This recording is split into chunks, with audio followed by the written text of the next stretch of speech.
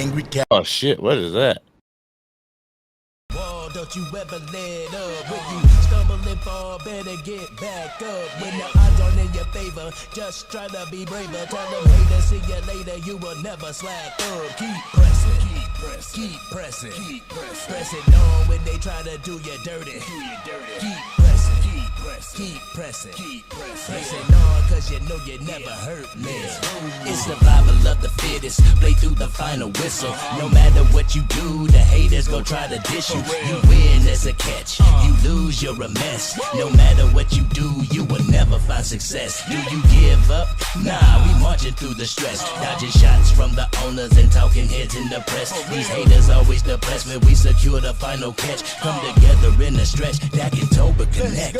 Like them haters acting thirsty, go ahead, give us your best shot. Even people in Cowboys Nation hating on Prescott. It's a shame we're divided while Jerry chills on the yacht. Out here warring with each other, but we all that we got was the win. Clean Sunday, I promise you it was not. But a lot was put on the field, blood, sweat, and teardrops. We will never fear ops. Philly or San Fran, putting ops to sleep. You can call us the Sandman. And I know you can't stand that I'm DC for life. Gonna remain 10 toes and never give up the fight. And when the lights get the brightest, they need to be at their finest. Off the field, the gentlemen, but on the field, they choose finals. The season's just beginning. Backups are out there winning. Tyrus Speed out there swimming. All our dogs out here winning. Representing. We gotta give facts over feeling. Angry Cowboys fan and sports junkie straight chillin'. If you want that raw and uncut with them Cowboys facts, put your comment in the chat, cause you know we'll talk back. Leave the hating at the door and just chill with the vibe. And if you with it, hit the like button and subscribe. If facts over feeling, this is how it's designed. So buckle up everybody and enjoy the ride.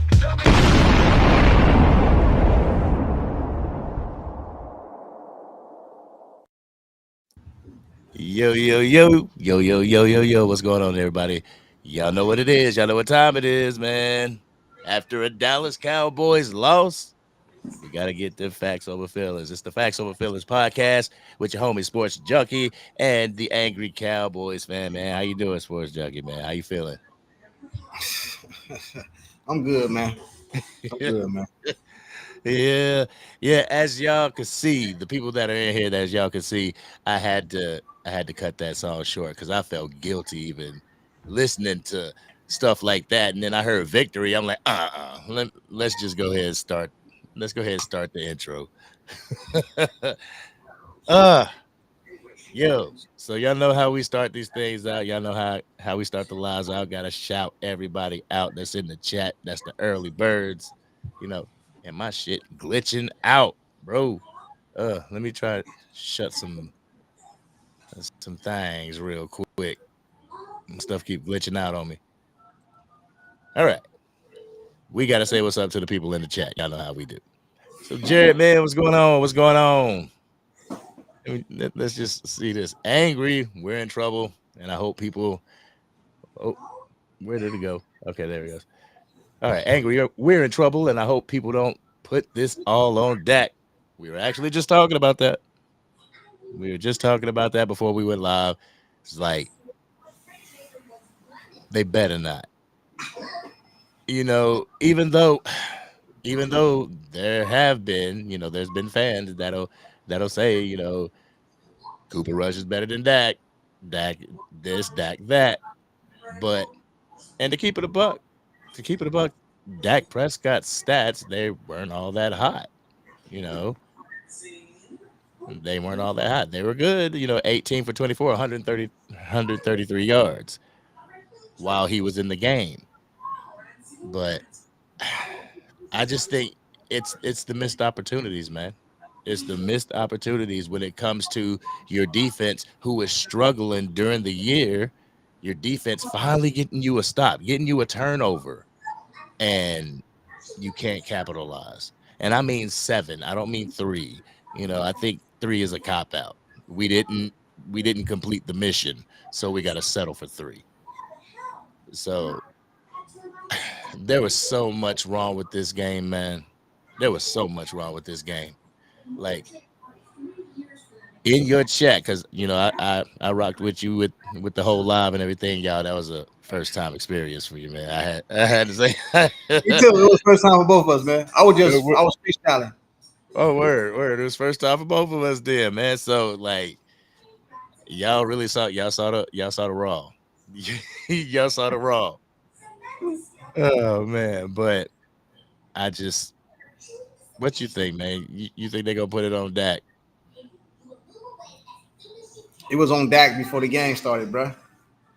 You know what I'm saying? But anybody that watched this game and was just watching the game, you can't put this on Dak. Could he have done some things better? He actually did what y'all wanted. Y'all said y'all wanted him to use his legs. He used his legs. But this game right here was lost in a couple different reasons. Coaching, and more coaching. That's what this game was lost. Let's run down the list, Cowboy Nation. Y'all watched the game with me and the people that didn't. Let's talk about it. 4th and inches. We going for it. I don't got a problem with that. But you do a fake, well, actually it was 4th and 2.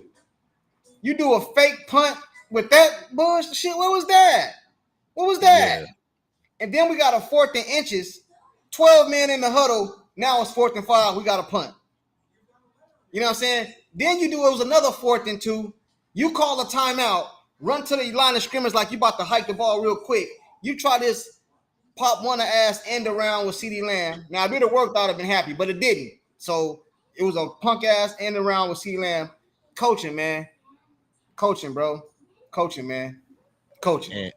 And it was coaching on every aspect to every level, because that end around that you speak about, there was a free runner towards CeeDee Lamb. You know, I understand that in blocking schemes, there may be one person that somebody has to, got to make a miss. But damn, the way that dude just went through the line untouched and was able to corral CeeDee Lamb, like the offensive line coach has some explaining to do. You know what I'm saying? Like real talk. And the running game, Rico Dowdle, running the game, it looked fairly decent. That's why I was saying during that live, Rico is your RB1. 12 carries, 75 yards. Rico is your RB1. Do we wake up tomorrow and Mike McCarthy's fired? No. You're not going to wake up tomorrow. You're going to wake up tomorrow as if it's another day, except, they're going to be clowning us on the 4 and 3 letter networks. But as far as Mike McCarthy's job, no, Jerry's like, you're going to work for every penny that I gave you. Like, this contract isn't up until our season is up. Then you can hit the door. I'll quit. If I was Mike McCarthy, I'll quit. I'll quit, man. We gotta blame Mike McCarthy for this loss. Like, see, the thing about it is, we can all say Jerry Jones, and I agree with you, but that's the big picture. This game right here, with the players on the field, could have been won. Like, I know the Jerry Jones, I get all that, but this game on the field could have been won. Yeah, you know what I'm saying? It could have been won. This game definitely could have been won on the field. Like, all of us, whether it was in the chat or whether it was me and you, all of us was screaming. We were screaming during that first quarter, like, what is the play calling? Like, that was ridiculous. Like, what's going on, Mike McCarthy? Why are you doing this? So it's just crazy. It's just crazy. But I didn't even shout out everybody. Loki, what's going on? DB Cooper, what's going on? The one and only Rhonda Don, Nisi, and Angie are in the building. Willie, what's going on, man? All right. Is it Big Sales like in Beverly Hills Cop? Hey, what's going on with you? What's going on with you? Miss Matrix caught it. So the defense played well. I agree with you, man. The defense played well enough to win. B Gamer. The defense played good enough to win. Yep. This is on coaching right here. This is on coaching. If you were in the live, you heard me say a couple times, like, the defense did good. They're doing good. Like, yes, teams are gonna get scored on. That's one thing that people have to realize. Like, a team's defense, it's not impenetrable. You can get scored on. It all that matters is how you react to getting scored on. Like, does your offense go down there, avenge the defense getting scored on, and score themselves? Have the defense coming back like, yeah, our boys got our back. Do they do that? No. They 3 and out, or they get a field goal. So the defense comes back out on the field like, damn it. Let's get this stop. And then the offense come out of halftime, first play, penalty. Like, bro, like, come on, man. Like, first play, penalty. Come on, bro. Somebody said, I missed it, but they said the game couldn't have been won on the field. This game couldn't have been won on that field or any field. Come on, bro. This game could have been won on the field, man. They had all these penalties is what lost the game. This wasn't no blowout. This wasn't no, like, Saints blew us out like Detroit or somebody like that. This game was close. It could have been won. I'm not saying we would have won or we should have won. I'm saying it could have been won based off how close it was, minus if we took away our penalties. And that fake punt killed us because that gave them, what was that, 7 points? They get 7 off of that, or was it a field goal? I can't remember. I think they got 7 points off that fake punt.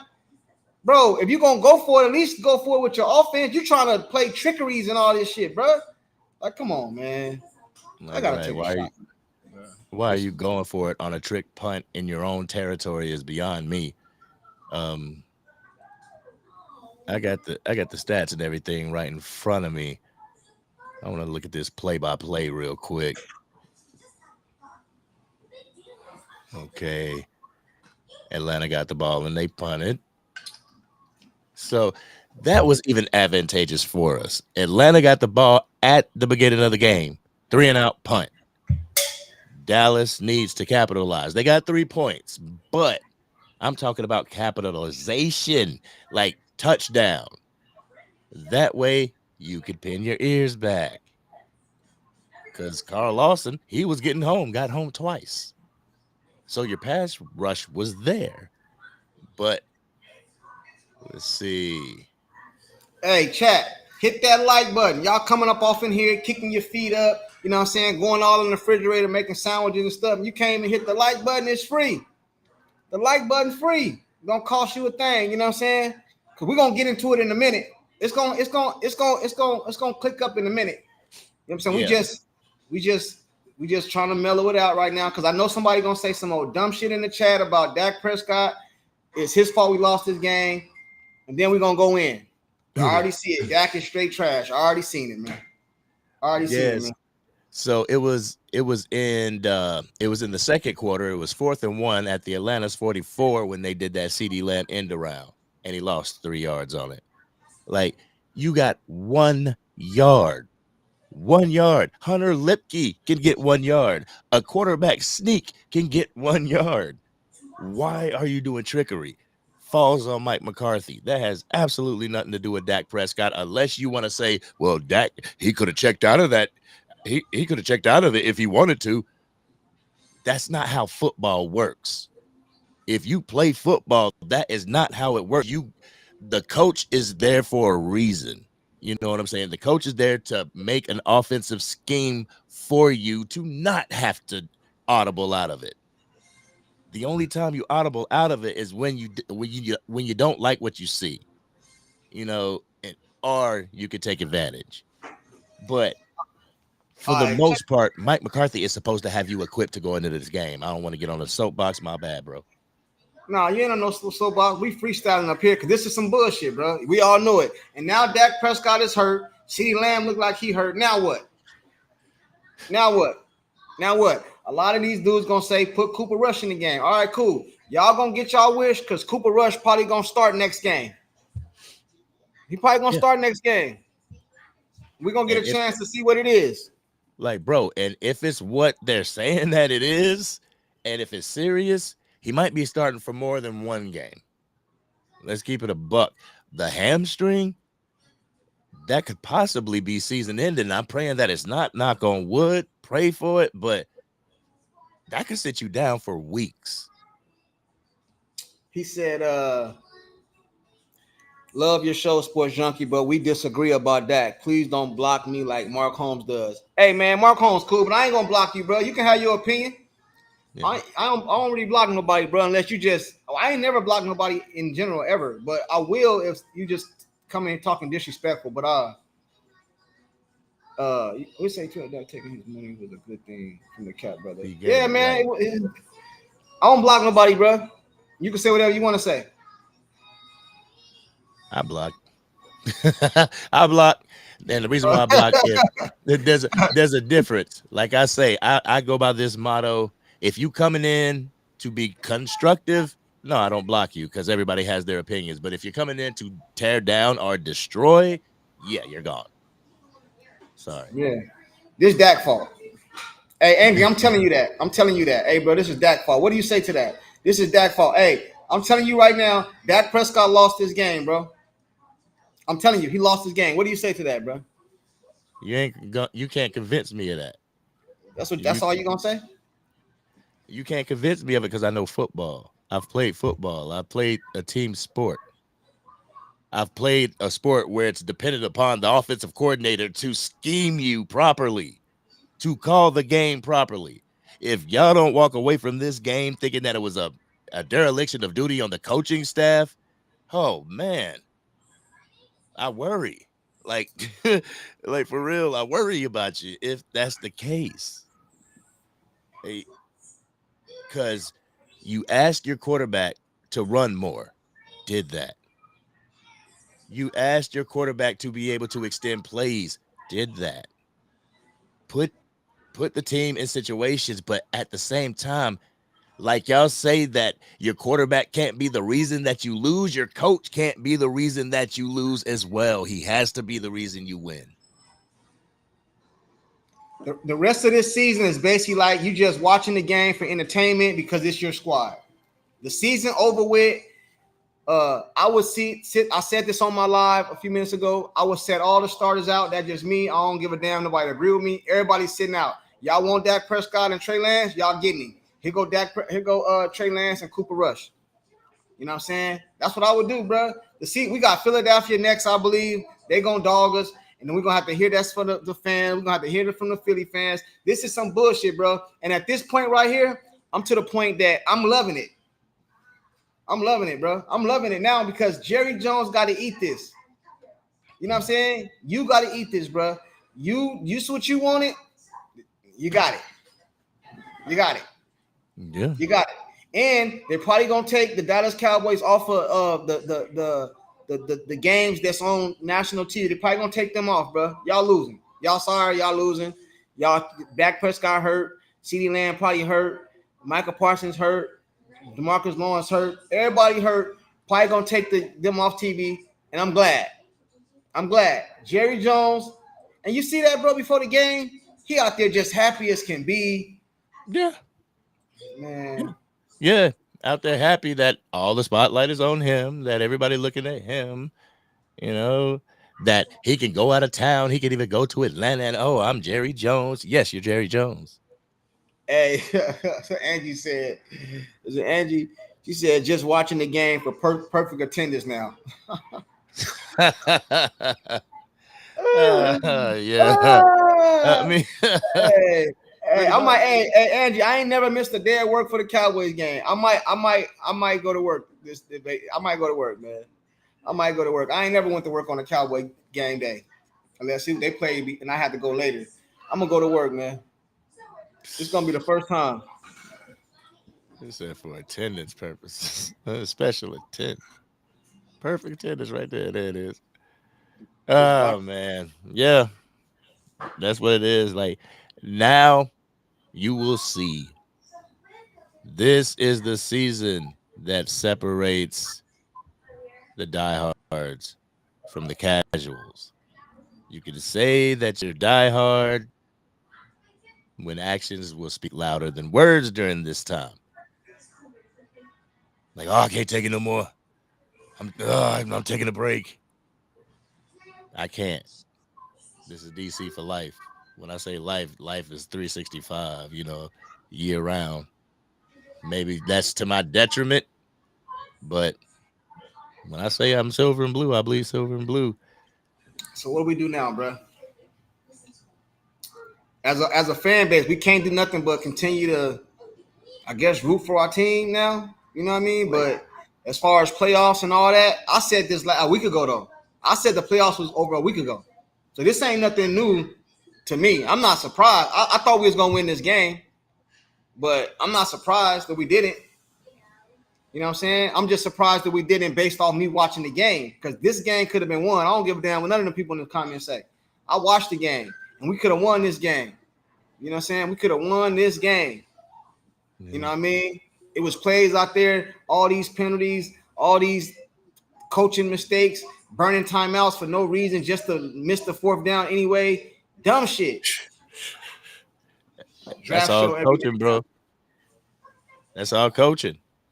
Like, I'm sorry, Chad. I know we usually have a little more energy, but see, my thing is this though. At some point, you're just gonna get the energy whooped out of you. Like, weeks in a row, it has gotten like we've gotten. What's the word I'm looking for? We're hip to it. We're complacent, bro. We're content on the way. Our coaching staff, no, not our coaching staff. Jerry Jones is content on our team, bro. I don't even think Jerry Jones is bothered. He probably on his way to his yacht. You know what I mean? He ain't even bothered. Right. Like, he ain't even bothered. Right. And it just seems like, I think you said it a couple lives ago. Like, it seems like the fans care more than he does. Yeah. You know, it really does. Like, damn. Yeah. We see this team on a hill. We see this team on a mountain. We've seen where this team can be. What this team could be. But it's like, does the owner? Who do we play last? Who we play last week? Wasn't in the Niners? Oh, the Niners, yeah. And I mean, like, coming out of that game was like, Dak got to do more with his legs. He got to be able to extend the plays and stuff like that. Like, he did it to a hamstring strain. That's all we know right now. He did it to a hamstring strain. And can't say he didn't do enough, because, he extended the play. He got you the first down several times on a busted play. So, I think there are things to be taken from this season, though.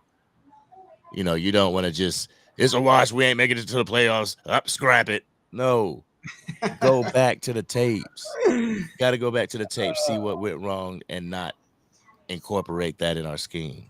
We don't want no violence. Cowboy Bill say, if I ever saw Jerry and he was on a walker, I can't say I wouldn't kick that mug out his hands.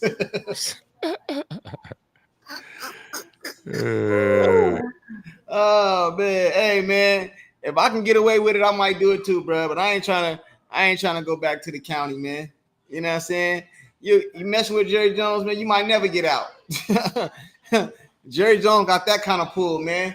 You think you getting out, you might not never get out. Son of John, LOL. Breezy is going to make his 429th video about Dak and his $60 million. Yo, shout out to Breezy. Much love and respect, Cowboys content creator. Love all the Cowboys content creators.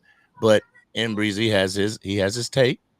And even though we don't agree on our quarterback, he has his take, and he's completely 100%, entitled to it.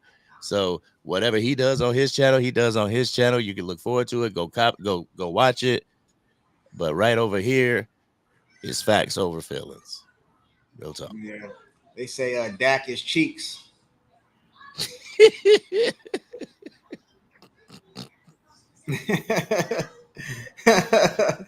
Hey, Dak is cheeks. Hey, chat. Put 100 emojis in the chat if you agree Dak is cheeks. You know what I'm saying? I want to see this, man. How many of y'all agree that Dak is cheeks? You can be honest. We keep it real over here. It's facts over feelings, right? If Dak is cheeks, put a 100 emojis in the chat. I get to use my button. I get to use my Micah Parsons button. You're obviously delusional.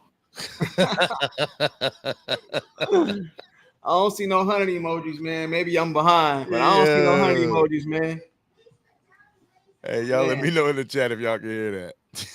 Yeah. I'm gonna make sure the audio is working. They say Dak is cheeks. B Gamer ban him. Cheeks. Fishmonger said cheeks. Who said that? Fishmonger said cheeks. Hey, that's the one I told you about that hit me. Hey, shout Oh, out word to Fish. Fishmonger. Thanks for shout out to Fishmonger, man.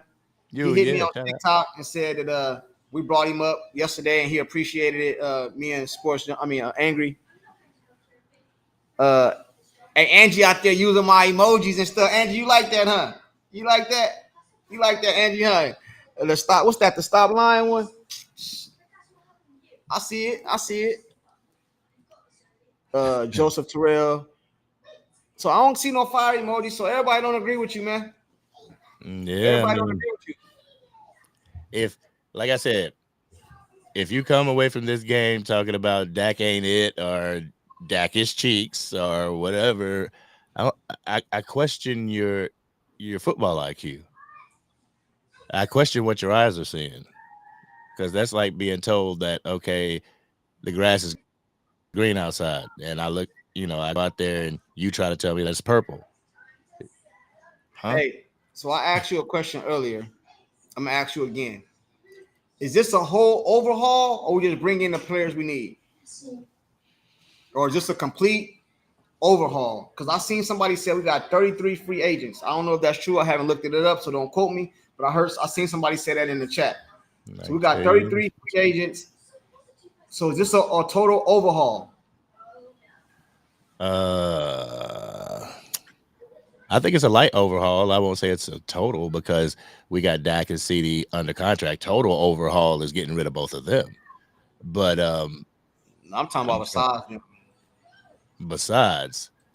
Besides them, I believe anybody except for Micah Parsons, and obviously the rookies that we have on the team now. But other than Micah Parsons and DeRon Bland, I got to give DeRon Bland. But anybody else on the defense is susceptible. You're gonna have your DeMarvion Overshones, who's in there going on third year, or your rookies going into their second. Yeah, we got those, but we're talking about the Donovan Wilsons and the Malik Hookers. Thinking that maybe you should put Wanye Thomas in there to see what he has, because like I said, I believe Dallas wastes talent. They waste talent, and that's what they're doing with a number of their young guys on the bench. See, this is where me and you don't agree. Yeah. See, chat, me and him don't always agree. You know what I'm saying? We don't always agree. I say Michael Parsons up out of here. We need a culture change, bro. And a culture change, we need to set examples. We need to set an example that everybody can get it. Everybody can get it. I give whoever a 2-for-1 special, like I said in the live. Get Michael Parsons, I throw in Diggs. 2-for-1 special. You know what I'm saying? Like DoorDash and some of these places. 2-for-1 special. Michael Parsons gotta go, bro. Him, and I ain't talking about just because of that podcast. I'm talking about his whole personality, bro. It's not football, bro. It's not. And if you can look at him and then watch him, bro, it's not football, bro. It's not. I'm talking about coaching overhaul and everybody, the culture of the team. I seen Michael Irvin. Y'all can go look this up. Matter of fact, I got a video that I did on my channel. I'll try to find it and resurface it. Michael Irvin said that when he first got to the Dallas Cowboys, all the people that didn't want to win, he was telling on them. Hey, Jerry, not him. Get him up out of here. He was telling on them. Everybody that didn't have the winning, he told on them, bro, and they got it, and Jimmy got him up out of here. You know what I'm saying? That's what we need. Hey, man, you don't want to win? Get up out of here, man. Get up out of here, bro. Go do your podcast somewhere else, man. Go. You and Diggs and whoever else, just not them two, whoever else, bro. If you don't feel like winning, if you think your podcast is more important, and it ain't even a podcast, bro. You can do your podcast. It's the topic that you choose to speak on, bro. It's called dysfunction in the locker room. You know what I'm saying? And then Diggs, you had the nerves to go out there and play and get cooked. You know what I'm saying? Go out there and get cooked. Hey, man, Micah Parsons, up out of here. If it was up to me, up out of here, man. Real talk. Real talk. I don't care, man. Bye. I don't give a damn. Bye. Yeah, so next the 2025 season, we have 23 free agents. And looking at a lot of them, I mean, you could potentially say bye. You know, there's only a select few that I would keep to go into the soft reboot or the rebuild that the Cowboys are doing. He said, all Dakota care about is money. Parsons didn't even play, clown. Now I'm a goddamn clown for telling how it is. Micah Parsons can change the whole organization. Do y'all remember the Herschel Walker trade? Do you know what you can get for Micah Parsons? You know what you can get? You know what I'm saying? You know what I don't understand? This is what I don't understand. See, I'm starting to realize it's about who you like and who you don't like. See, Dak Prescott is not liked, so everybody want to talk crazy about him. Micah Parsons is liked. You know what I'm saying? So don't nobody talk nothing about him because Micah Parsons ain't done shit in the playoffs. He up on here on this pedestal. What he do in the playoffs? And I like Micah Parsons, but we're going to keep it facts over here, bro. Everybody hate on Dak Prescott. He don't do this in the postseason. He don't do this. What has Micah Parsons done in the postseason? What has he done, bro? Was Micah Parsons on the field when the Saints did that to him? Was he on the field? I think he was on the field. Was Micah Parsons on the field when Green Bay did that last year? Everybody want to talk about Dak Prescott. What has Micah Parsons done to be put on this pedestal? I don't get it. I don't get it, man. I don't get it, man. I trade Micah Parsons right now for Myles Garrett straight across. No picks, no nothing. Straight across. Straight across, bro. Hey, send me Garrett. You can have him. And take you and your Bleacher Report ass podcast over to Cleveland and see if Bleacher Report pick it up. They might cancel that shit. You go to Cleveland with that shit. You know what I'm saying? This is where the both of us. Damn it, I'm glitching out again. All right, there we go. This is where the both of us kind of differ because I believe that Micah Parsons is that generational talent. And you can get rid of him. You can get number one draft picks and stuff like that. But as the draft has been looking recently, especially like with the needed positions that you need, defensive tackle, offensive line, it looks promising, but it ain't turned out to be much. So you trade Micah Parsons, and then you get these draft picks that end up turning out not to be much. You've lost your generational talent. So I feel like around him, around Bland, even around J-Lou, you build that defense up with the Overshones, Maurice Leofau, Marshawn Nealon when he comes back. I still think D. Law can be the general of that defense, but still, get rid of the loose fat. That's something that we didn't do. We got rid of the steak instead of the fat when it came to last year. We need to trim the fat off. Like players, and I hate to keep using them, but Malik Hooker and Donovan Wilson ain't looking too promising to me. Bro. So gone. And I know people might hate me for it, but I say Brandon Cooks, gone. Anybody that is unsure as far as talent-wise and availability, gone. What if Jerry Jones said, you know what? I like Herschel Walker. You know what I'm saying? He does this, he does that. And they didn't trade him. We probably wouldn't have those Super Bowls we got. Why do everybody get in their feelings when it comes to a certain player? Like I don't understand. I like Micah Parsons, bro, but I don't understand why he on this pedestal like he just done so much, bro. I don't understand. Like, what has he done that make him get put on this pedestal? You know, okay, we played Cleveland beginning of the game. He did good. Now we see how good Cleveland was. Then look at what he do the rest of the game. In the playoffs last year, I didn't even hear his name called, but we only hear about Dak Prescott. What did he do in the playoffs last year? Nothing. What did he do in the playoffs the year before? Nothing. So why is it that he get put on this pedestal like he's untouchable? I don't understand. Do you know you can change your whole team around with that one dude? You know what I mean? You can't like, have you ever heard the saying like one good apple spoiled a bunch or something like that? Yeah.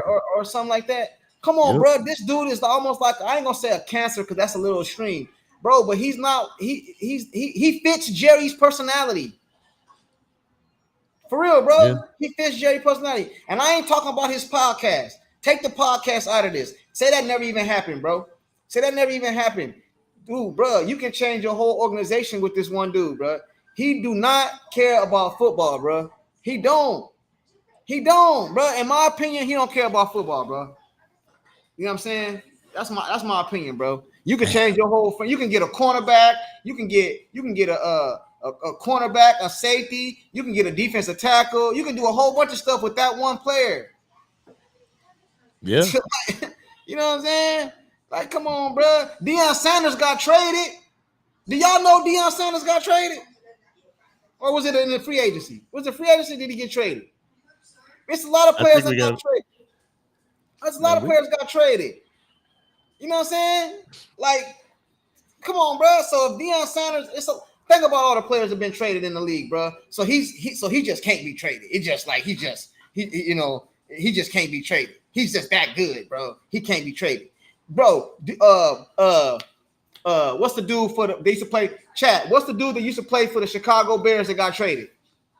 Khalil Mack. So you trying to tell me? So you trying to tell me Khalil Mack can get traded, but he can't get traded? Stop it, bro. Stop it, man. He won't get traded. Yeah, I know, because Jerry liked the bullshit. He liked the bullshit. That's why. It's a super chat in there, man. Abe Shepard with the $5 super chat. Yo, appreciate you rocking with us, even in a loss.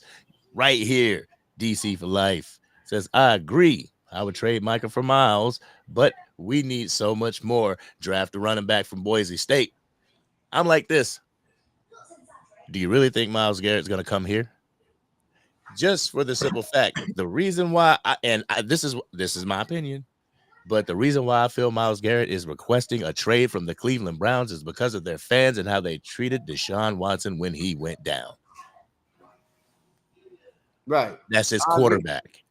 So, with that being his quarterback, he's going to come to Dallas where half of Cowboys Nation shits on the quarterback already.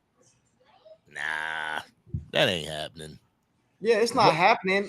We just talking about what we would do. If I was the GM, bro, he would go, bro. You can get so much, bro. I don't understand, bro. Sometimes, bro, like, you can be good, man, but what makes you untradeable? Like, you're that good. You're just so good. You're untradeable. Like, I don't understand, bro. Jimmy Johnson won 2 Super Bowls. Jerry fired his ass. Yeah. So what make Micah Parsons on this pedestal that he just whatever, man. Whatever, man. You know, we all know it ain't gonna happen. But I'm just saying, at the same time, with Micah Parsons, the whole trade situation, like, he's still on his rookie deal, and he'll be coming up for free agency. So why are we gonna trade for him when he's just gonna be a free agent soon? Because I'm trading right now. I'm trading right now. Oh, today what's when is the draft day? We got 2 days left to November 5th. I think November 5th. I'm trading right now, bro. And then, you know what, bro? I ain't talking about for this year. You know what I'm saying? You know what I mean? I ain't talking about this for this year, bro. But think about it. I got people in the chat saying, I wouldn't do it. You shouldn't do it. Glad you're not the GM and all this other shit. Okay, cool. We don't do it. But my point is, what makes him just untradeable? It's not the fact that he's untradeable, my guy. It's not the fact that he's untradeable. It's the fact that he is more of a help to this team than a hindrance. Bro, what he do in the playoffs? Because let's base this off the way Dak is judged. Let's base this off that. What he do? What I'm saying. What he do? That's what I'm saying. You sound like the ones that are against Dak, but you against Micah. I'm not against Micah though, bro. But I'm saying, what can we do to better the team? Yeah. Okay. Listen, bro. If nah, go ahead, Nick. I don't know, man. I'm not saying I would want Micah, bro. Micah is a generational talent, like y'all said. But what I am saying is this: Why is it not even an option? I'm not saying trading, but why is it not even on the table? So if somebody called you and said, "Hey, we give you this," and Micah, he just no. The answer is just no. The answer is just no. You don't even look at it. You don't even Okay, look I at get it. you. Why is he not even on the table? I get that. I I get don't get that. that. I don't understand, bro. Nobody on this team should be untouchable unless it's in your contract. Nobody should be Man. untouchable. If you ain't doing what we brought you here to do, then yeah, we gonna entertain trade talks for you. Yeah, bro. It's not like you're just like I'm not listen, bro. I'm not saying just give him away like Jerry did Amari Cooper. You know what I'm saying? Like he just give him away. I'm not saying that. Not at all. But then I also see somebody in the chat that says, "Oh, the next super chat. Get to that one, Tony Nicholas. I want to address that one." I appreciate you, man. And we should draft that running back from Boise State. Bro looks good. Yeah, this is I want because I was going there anyway. So it's from Tony. Tony Nichols, $10 super chat. Yeah. Sports Junkie says, Junkie. He says, No one's gonna give up. No one's gonna give up picks like that. And we don't have a talent evaluator like Jimmy to take advantage of the picks. Sanders was a free agent. okay, cool. So let me address that. I agree with you right there. You know why? Because trading Micah Parsons would be a dumb move because we don't have a talent evaluator to make it worth the trade. I agree with you right there. I agree with you. You know what I'm saying? And y'all making it sound like I don't like the dude. If y'all go watch my channel, I got multiple videos praising the dude and all that. What I'm saying is based off everything we need right now, why is he not even on the table? Like, I guess it's more along the lines of like looking at it like Dak. Okay, this man has potential. We see what he can do. We see. I don't even think we've seen Dak ceiling with the proper team around him. I don't think we've seen Dak ceiling with the proper team around Micah. I don't think we've seen his ceiling. And I believe that's what they're looking for. This kid has a bright future with this team if we could just get the pieces around him. let me ask you a question. What's up? DeMarcus Ware, is Michael Parsons better than him? Right now, based off what we've seen so far, DeMarcus Ware, is Michael Parsons better than him? No. He was allowed to go to another team. But he went to another team. What how many years he's been here? Like That's 8? that's not the point. That's not the point. That's not the point. He is all right. Let me ask you a question. Is there people in the league, not just on the Dallas Cowboys, across the whole NFL, that's better than Micah Parsons at their position and been traded? Shit, I have to dig into that. But The answer is yes. The answer is yes. The answer is yes. The answer is yes. You know what I'm saying? So if we can let some of these other teams go, Deion Sanders was let go. They said he was a free agent. Cool. San Francisco let him go. Do you think Michael Parsons is a better all-around player than Deion Sanders was when San Francisco let him go? No, All but right then. So why is it that this dude? no.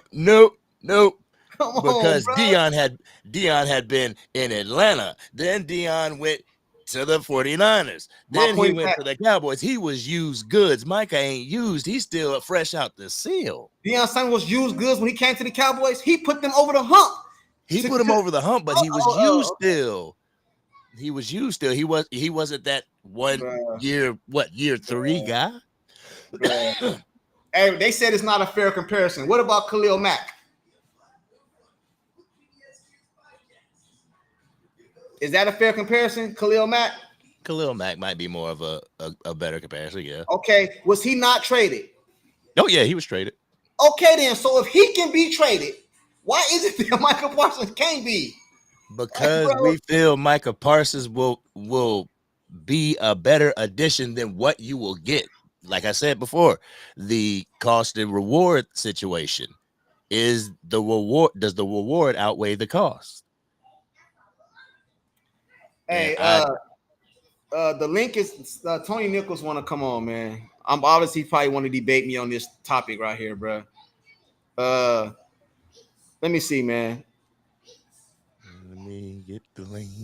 Hold on, I think he in my chat, bro. Hold on. Let me grab the link. Let me grab the link. Give me a second.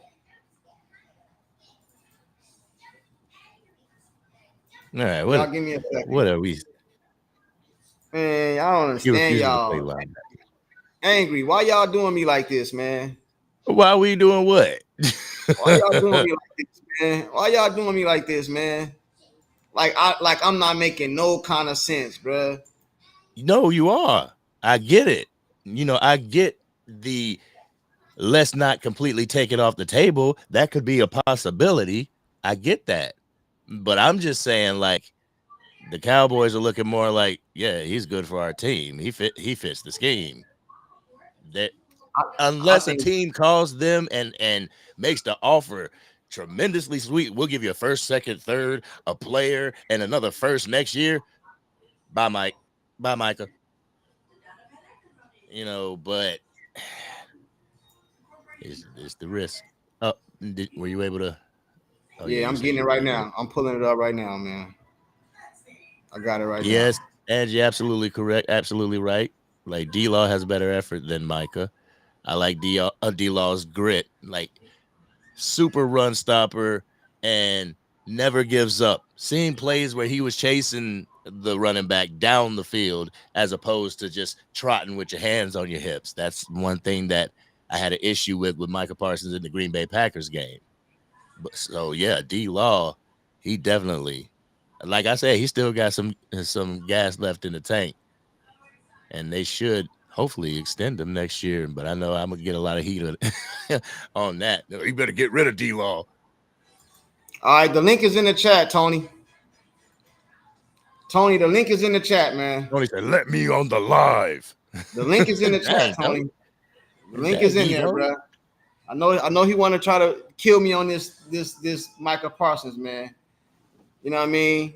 Hey, and you about to pay Micah Parsons, and he coming off an inch. All right, man. All right. Sad day. You're right, Leon. Sad day, brother. All right, man. Hey, Tony, the link is in the chat, man.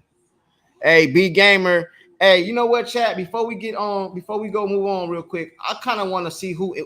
If you with me, put one in the chat. If you agree that he should at least be an option, I ain't saying doing it. I'm saying at least be an option. Put ones in the chat or fire emojis in the chat. Come on, man. I got to see this, man. Like I said, every player should be an option unless they can't be an option. Like if you have a no trade clause, no tag clause, Dak Prescott kind of is not an option. Huh? Mom out there? So, ding. Let me find out. I have to get bells in here. We ain't trying to have that. Gotta cook. DC say 1-1. See, I got people that agree with me, bro. I got people that agree with me. I ain't alone. I'm agreeing with you. Alone. The chat I'm agreeing with me. That's what I'm saying, bro. Look at all these ones. I think we all agree with you, bro. Nah, I seen some people in there saying I'm a clown, I'm crazy, and all this other stuff, man. He said 1.5 for you, man. Hey, I put it in there. Hey, Angie, I put it in there. I put it in there. Trade Parsons. They said pin the link. Hold on. Blood and shit. They want me to pin the link. Let me do this again. I'm about to. You go ahead, pin the link, and I'll bring in Tony. All right. Yeah, like people out for blood. Damn it. Yeah, he about to try to cook me. Micah's gone. We want Micah gone. Mike McCarthy, you out of here. We start from the ground up. I'll coach the team. All right.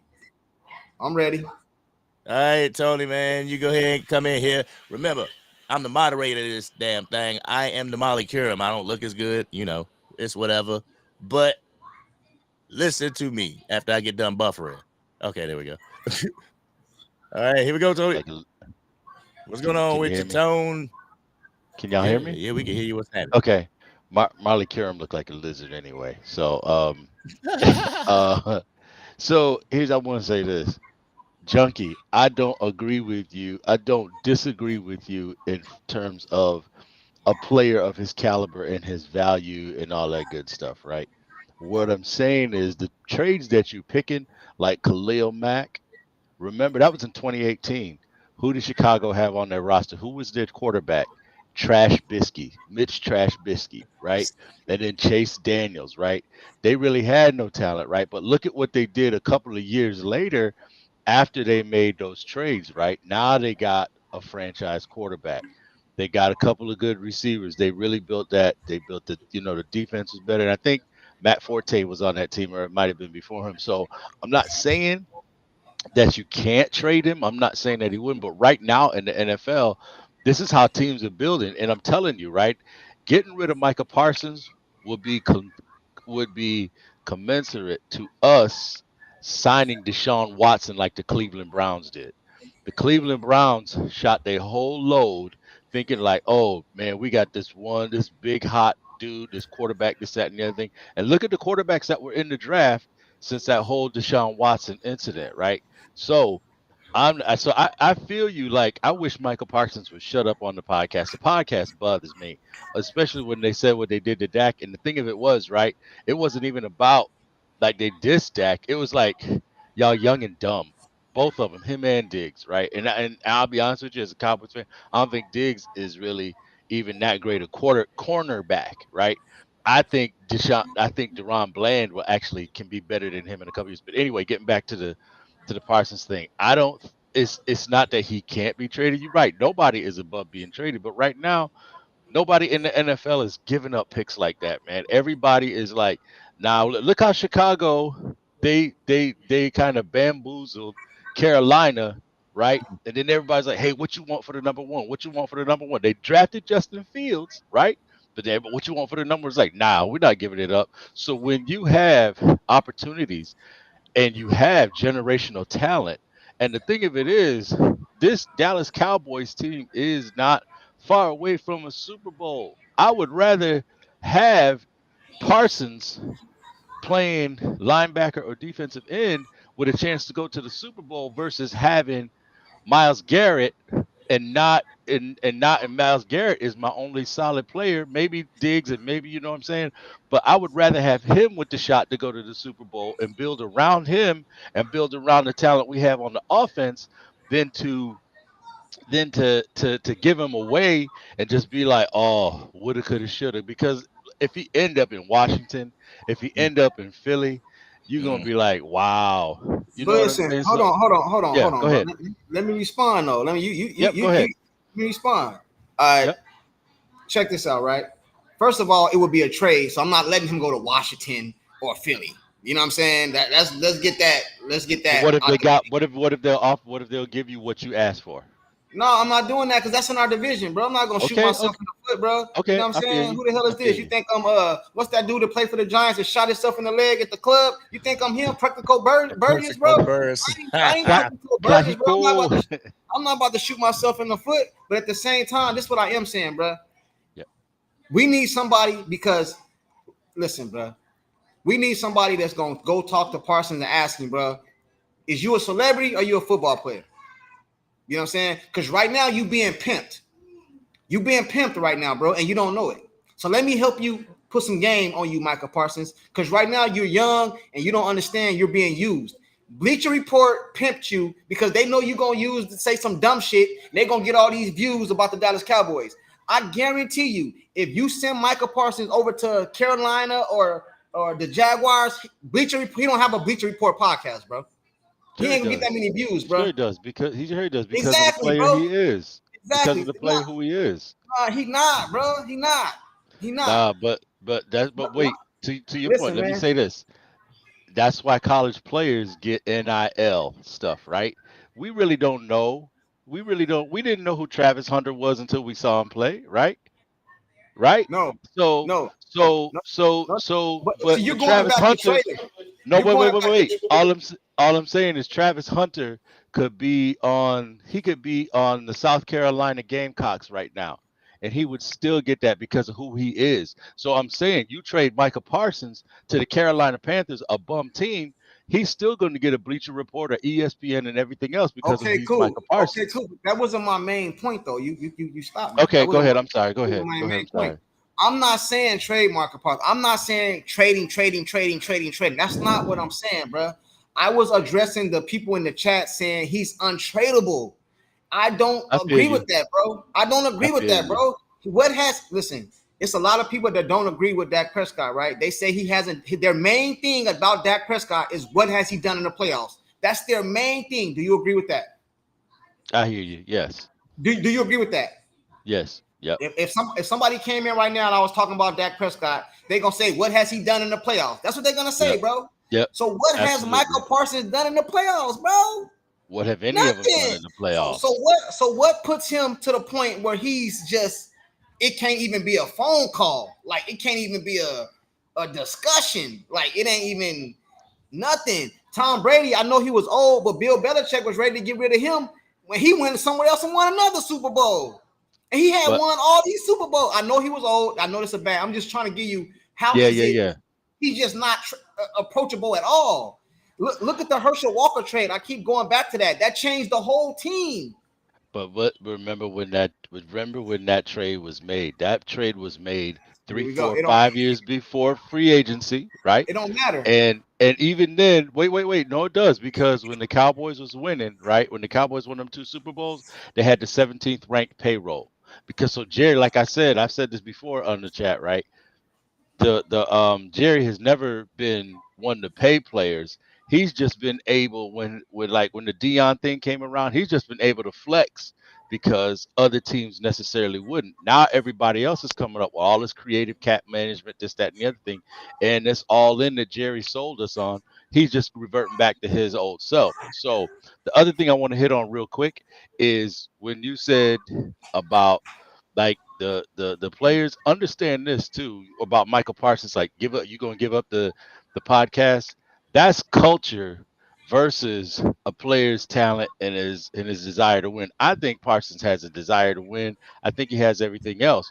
But we know who sets the culture around the star. That's JJ. He loves for these players to be all up in the press, all up in this. Remember, he said when people was saying like, yeah, we don't kind of necessarily like the people coming through watching us on tours and stuff like that. Training camp is one thing. What was his response? His was like, well, we'll sell more tours, right? I think that piece, which I do not like, which I definitely I'm a whole 100% with you on, the culture that's part of culture because Michael Parsons can get away with this if we didn't have an owner like Jerry Jones, if we had like the Robert Kraft who was like, yeah, Bill Belichick, man, them dudes wouldn't have no podcasts. They wouldn't have none of that. That you know what I'm saying? And then remember, did Bill Parcells let the dudes run off at the mouth like that? Even Terrell Owens had to check himself when he came and played here, right? He still got a couple things off. But by that time, Bill Parcells was like, I'm ready to retire. I didn't had too many heart attacks, right? So I agree with you 100%. All I just wanted to do was contrast and say, when you compare the Khalil Mack trade and some of these other big trades and some of these other big free agency moves, the team was kind of like already to a rebuilding phase. We got a lot of Nah, talent, you know, overshown. We got, you know what I'm saying? So no, but listen though, bro. This is another thing too. Michael Parsons, bro, natural position is linebacker, bro. agreed, 100% Michael agree. Parsons wants to play on the D line to get that bread, bro. You know what I'm saying? So I'm not Yep. saying trade Michael Parsons, bro. I'm gonna reiterate this. No, I'm not I saying get you. I trading, feel bro. you. Yep. I'm saying he's not to the point where when before Michael Parsons got injured, bro. How many sacks he had? Like one. One, yeah. So And that why came is he on garbage this time in the Cleveland pedestal? game. Why is he on this pedestal, bro? Like, I don't. I feel Hey you on man, that. Yeah. all right, I all feel right, you man. on that. You know what I'm Yeah. saying? I feel you I, I, on I why. just don't understand why he get put on a pedestal where he's like unapproachable. Like you You can't know, even call Jerry about him. Now and giving him that away, no, I wouldn't do that. And another thing too, as far as trading him for this season, I wouldn't do that neither because this no, season over with. absolutely not. It's This season done. over with. Yep. Yeah, I wouldn't do that. I It's a wouldn't trade him yeah, for it's a this wrap. season. No, I wouldn't do that. I With But wouldn't that, do that. but to with that point too, Junkie, I think that comes back to culture, right? Because I think if when Mike Zimmer first came, everybody was like, is Zim going to put him back at linebacker? Is Zim going to do this? Is Zim going to do that? I think that comes back to culture too, right? Because I think Jerry likes Parsons being out there on the edge and like in that Charles Haley elephant role and whatnot. Go ahead, Angry. You trying to say something? Shit, I can't remember what I was saying. But I did want Go I ahead. Go did ahead. My want to bad. say, David J, thank you for becoming a member of the ACF family. Truly appreciate you, bro. Thank you very, very much. My bad. Let's Can I get back. ask the chat something? I just want to ask the chat something real quick. I just want a yes or no in the comment section.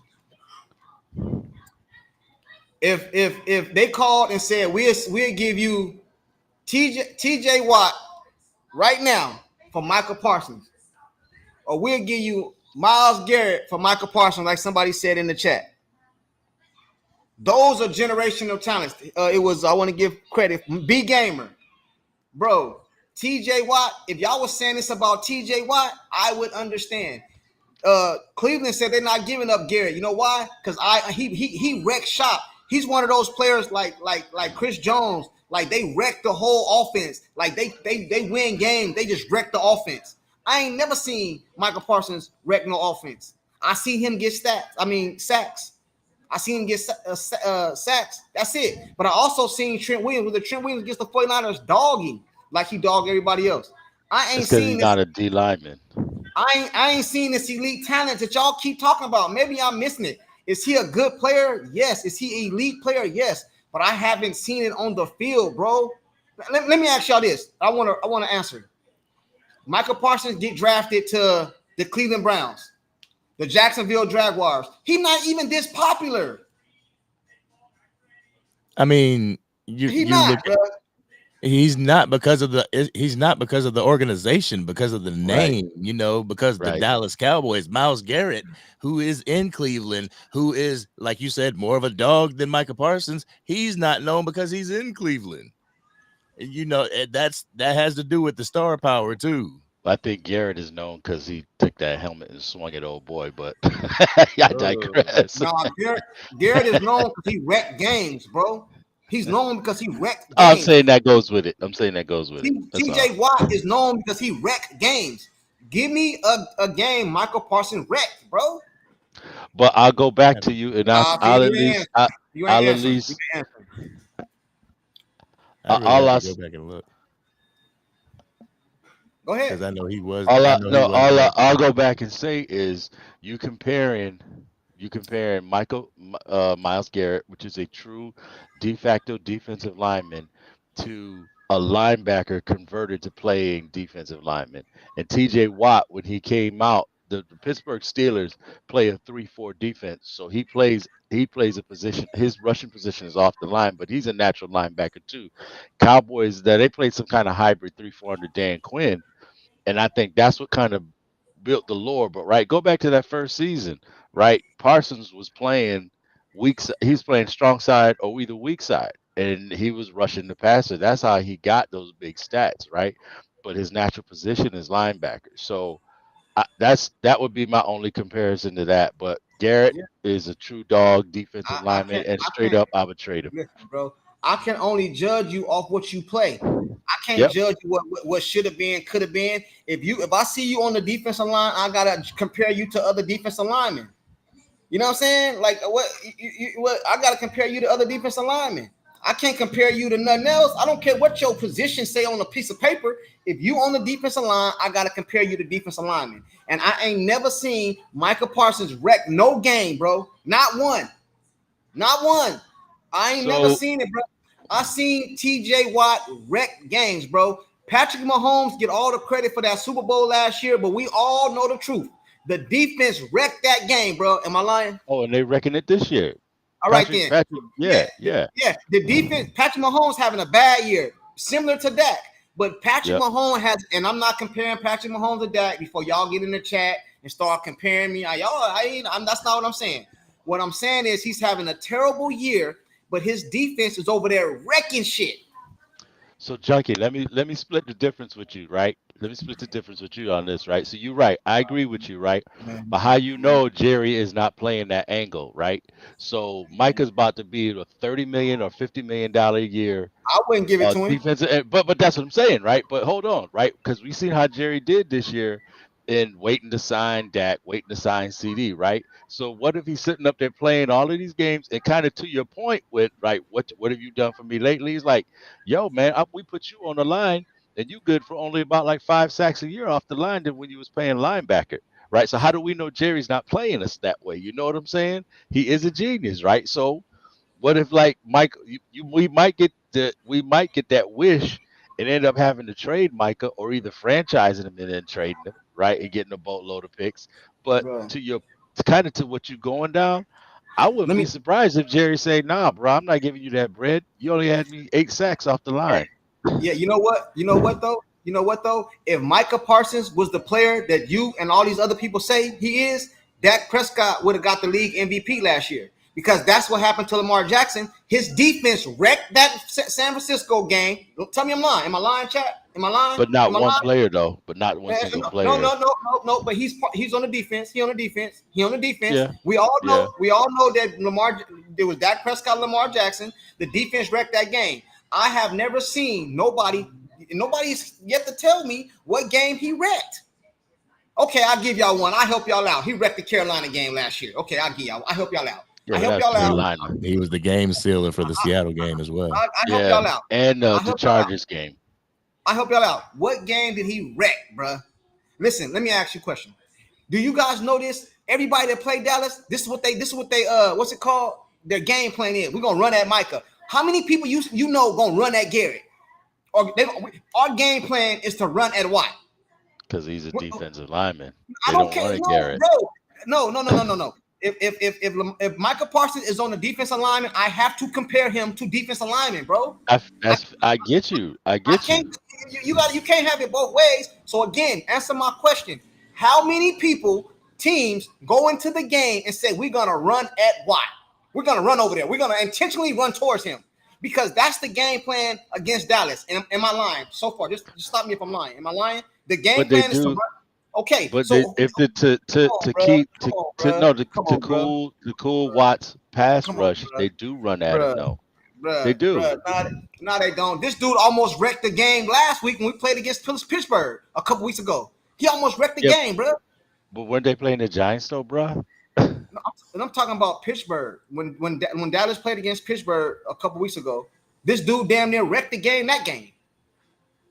Yeah, Am I but lying? they weren't. Yeah, you're right. And they weren't running That's at what him that I'm saying, game. bro. That's what I'm Yeah, saying. That's what I'm right. saying. Do you know Shanahan liked playing against Michael Parsons? You see the interview he did? You go Google the interview that Shanahan did about playing against Michael. They run right at him, bro. I have never seen an Yeah. offensive coordinator come on TV and make an interview and we're gonna run at Watt and laugh about it, bro. So did Stop it, Green bro. Bay. So did Stop it, New bro. Orleans. They all ran Stop at it, him. bro. Stop it, bro. Y'all stop it, man. Stop it, man. Stop But it, man. I'm just saying.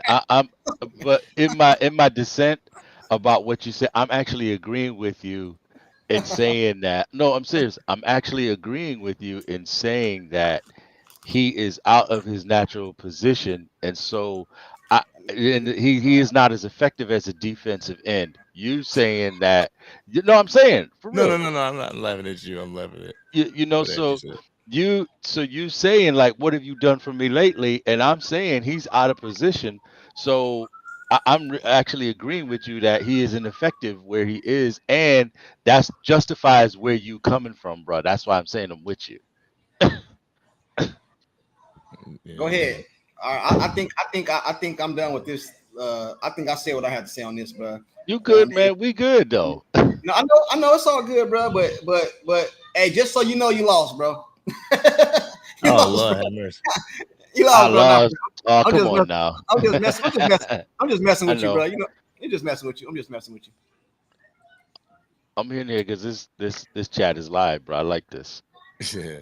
Yeah, we appreciate Angry, you, you man. ain't said nothing. What's your take on it, Angry? Unless you want to move on to the next topic, man.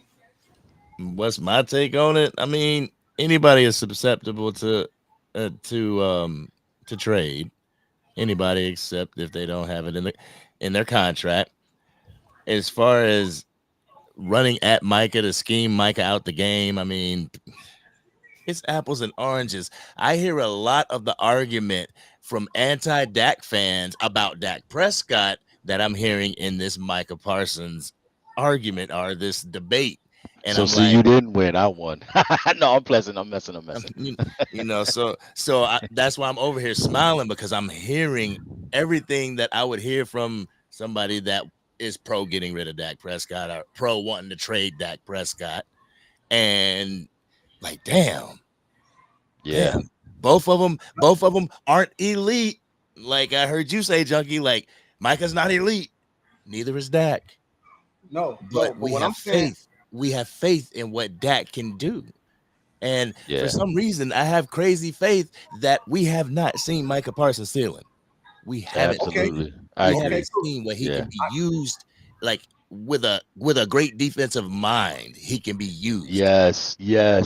Okay, cool. Well, I give y'all an option. I help y'all out. Franchise tag him twice, like they did Dak.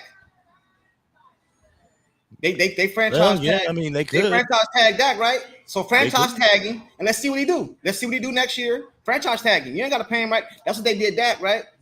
This ain't a Dak versus Parsons, but I'm saying, you said that we saying Dak is not elite and all this other stuff. Franchise tag Michael Parsons, bro. That way you still got him. You don't got to trade him. Franchise tag him. He's still gonna get his paper and all that. You know, he got to be on the top percentage of the league at that position, right? Yeah, average 5. And then play him again next year, and let's see what he do. Okay, all right, bam, Purple Soul. I like that, but we're not talking about Micah's ego. We're not talking about Micah's ego on and off the field issues as much as his play. That's not a concern with Dak. I like that. And that could definitely be a reason why the GM is like, okay, he thinks more about the team as opposed to this person. He thinks more about his podcast and getting his name out there and capitalizing off our brand. Maybe he's becoming that hidden cancer in the locker room. You know, so yeah. Everything's on the table with him. I get that. I get that. Yeah, that's kind of what I was intimating too, right? Jerry sets a lot of this stuff up, right? Like, what I don't know if anybody's heard anybody about the thing about like how Zeke has been like just missing stuff, and then he's kind of sat home because it was punishing, but Jerry's on TV talking about, oh no, see, he's a good dude, but McCarthy's like, nah, he's actually messing up the flow of what I want to do, so that's why he's staying home. So I'm just putting that out there, right? Ooh, what if? Yeah. Because I mean, like you remember after the playoff loss, and they were on the edge and everything, and they were talking about, we got to get the yacht. We got to get the yacht. We got to get in the yacht with Jerry Jones. Is Micah Parsons one of those sunned up players that he is? He under the wing. And you know what I think hurt? You know what I think hurt? This what they play. This what they plotting, Massa. Yeah. You know what I think? You know what I think hurt Micah Parsons? I think what hurt him, not in my eyes, but to like the overall general, they gave him the crown too soon, bro. You came in comparing this man. You came in comparing this man to LT, bro. I ain't never seen LT trade jerseys with nobody after the game. Facts. You know what I'm saying? I ain't never seen LT go on with the on the podcast. I know the podcast went back then, but what I'm saying is I can't picture him doing that. You know what I'm saying? I ain't never seen that, bro. So maybe if they would have came in and not put this label on him so early, he wouldn't be looked at, because the label they put on him, he hasn't lived up to it, bro. Yep. You know what I'm saying? There it is. You know what I mean? Maybe that's it. Maybe that's it. We got a super chat in there too, Angry. I 150%. Now you have sold me. Yeah, I'm talking about. Yeah, I'm with that too. I'm with that. Yep. $2 super chat from the Wordologist. What's going on with you? Was in a live. What was it, yesterday? Yeah. Man, thank you for the $5 super chat. Says, give Micah some top tier defensive tackles to play next to and see if he looks different. All right, so that's go ahead. I'll let you answer, but I'm gonna go. Oh, okay. See, it like for me, I'm a fine believer in. I don't like Micah to be hit with his hand in the dirt all game long. Facts. I hate that. I hate that. Yep. I want him to be used as that. I don't know if he played chess or whatever. I want him to be used as that queen piece of, on the line. Yep. Like, we're going to pick and choose who we want to pick on the offensive line. If we're going to line them up in the A gap, if we're going to line them up over the guard, just things like that. And if you have top tier, defensive tackles with top tier edge rushers in DeMarcus Lawrence and Marshawn Nealon or Sam Williams, then you got Micah Parsons over that center or something. That's a dangerous blitz package right there. Yep. So yeah, he would definitely look better. Yeah, and what I would say to that, since I'm playing devil's advocate up here, you know what I'm saying? So what I would say to that is if you give Micah Parsons some DTs and play next, he'll look fantastic. But what I'm trying to say is if you that person, if you that dog, you're supposed to get it done no matter what. Because when I say give Dak Prescott some wide receivers and some linemen, I get called a Dak Prescott fanboy. So if you're gonna be that person, Micah Parsons, you know what I mean? You have to get it done no matter what. Watt don't got all these elite people next to him. DeMarcus Ware, a lot of these dudes throughout the years, Aaron Donald, Khalil Mack, a lot of these DTs, they didn't have in parts of their career they did, don't get me wrong. But when it left, they still was that same person, or they got double teamed, which allowed other people to get the sack. You know what I'm saying? I think Micah Parsons is going to be better than we've seen so far. I think this dude going to be great. But I think right now, bro, he not what everybody keeps saying he is. Like, I don't know. Like, I just don't. I don't agree, bro. I don't agree, man. I don't agree. He definitely need to give up that podcast. That podcast bothers me a lot. Because he's still wet behind the ears. He don't know how to keep his mouth closed. It's just like, man, I'm not doing this week. We got to watch film. We got San Francisco coming up. I don't feel that from him. So, hey, Angie, let me say one thing real quick, and I'll shut up. I promise. You know the thing that bothered me? We just got mollywopped by the Green Bay Packers. You go on your podcast, bro, and sit down with the dude, bro. Like that type of shit bothered me, man. I don't know why. Maybe I'm tripping, bro. They just beat you, and you go out there and let the dude telling you, yeah, we knew what y'all was gonna do. We just gonna do this. We just gonna do this to y'all. We just gonna do this, bro. Come on, bro. That ain't no dog, bro. That ain't no, like, I don't know, man. Maybe just I don't know, man. I'm with you on that. Like, you know what I mean? I don't know, man. Maybe that's just me. I'm with you on that, man. Hey, listen, y'all. I thank y'all for letting me come on the chat, man. I appreciate it. I love when y'all get together and I catching y'all after games and stuff, man. This is fire.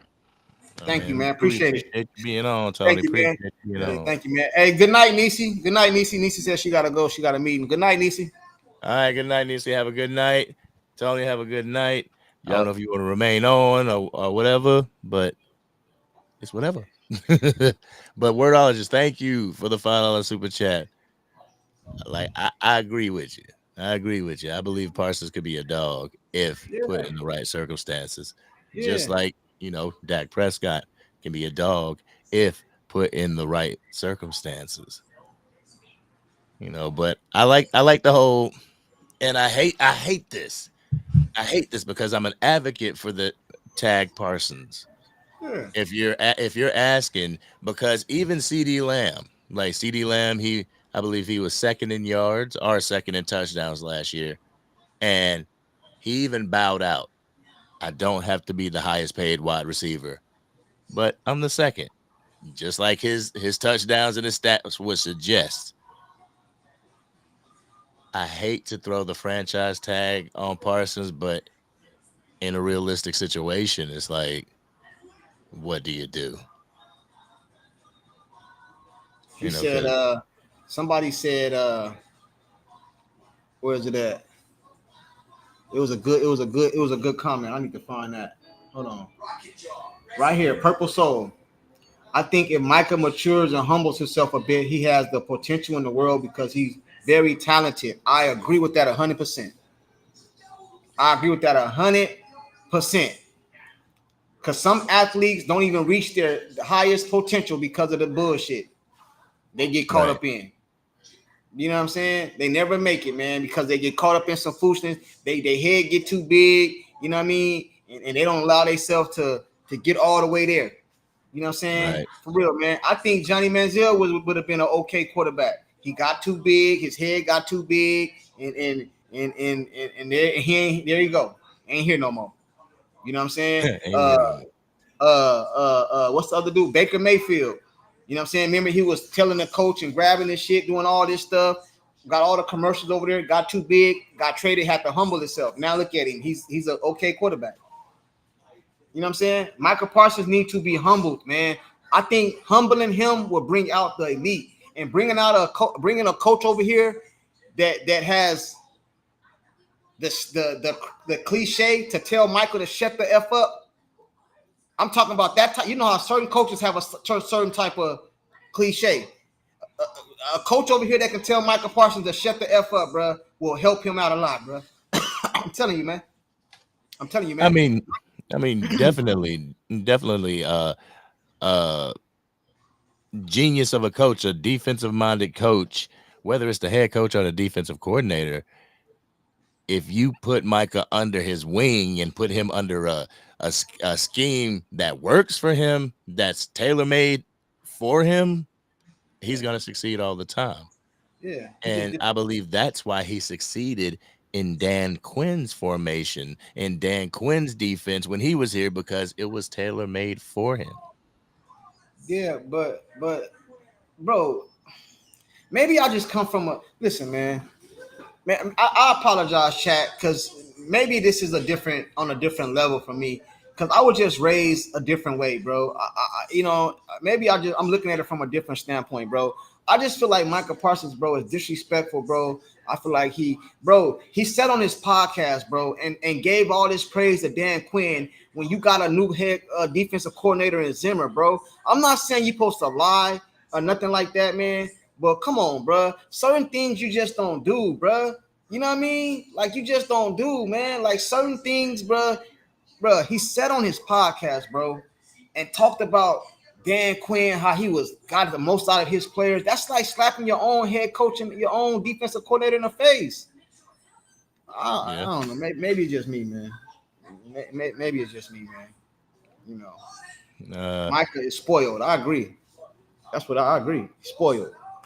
We got right here. All right, we got somebody waiting in the queue. Cowboys Nation, bringing them up. What's good with you Laker Nations, dude? What's up, guys? I took out my Cowboy stuff. Man, forget that fucking stuff. Fuck that, man.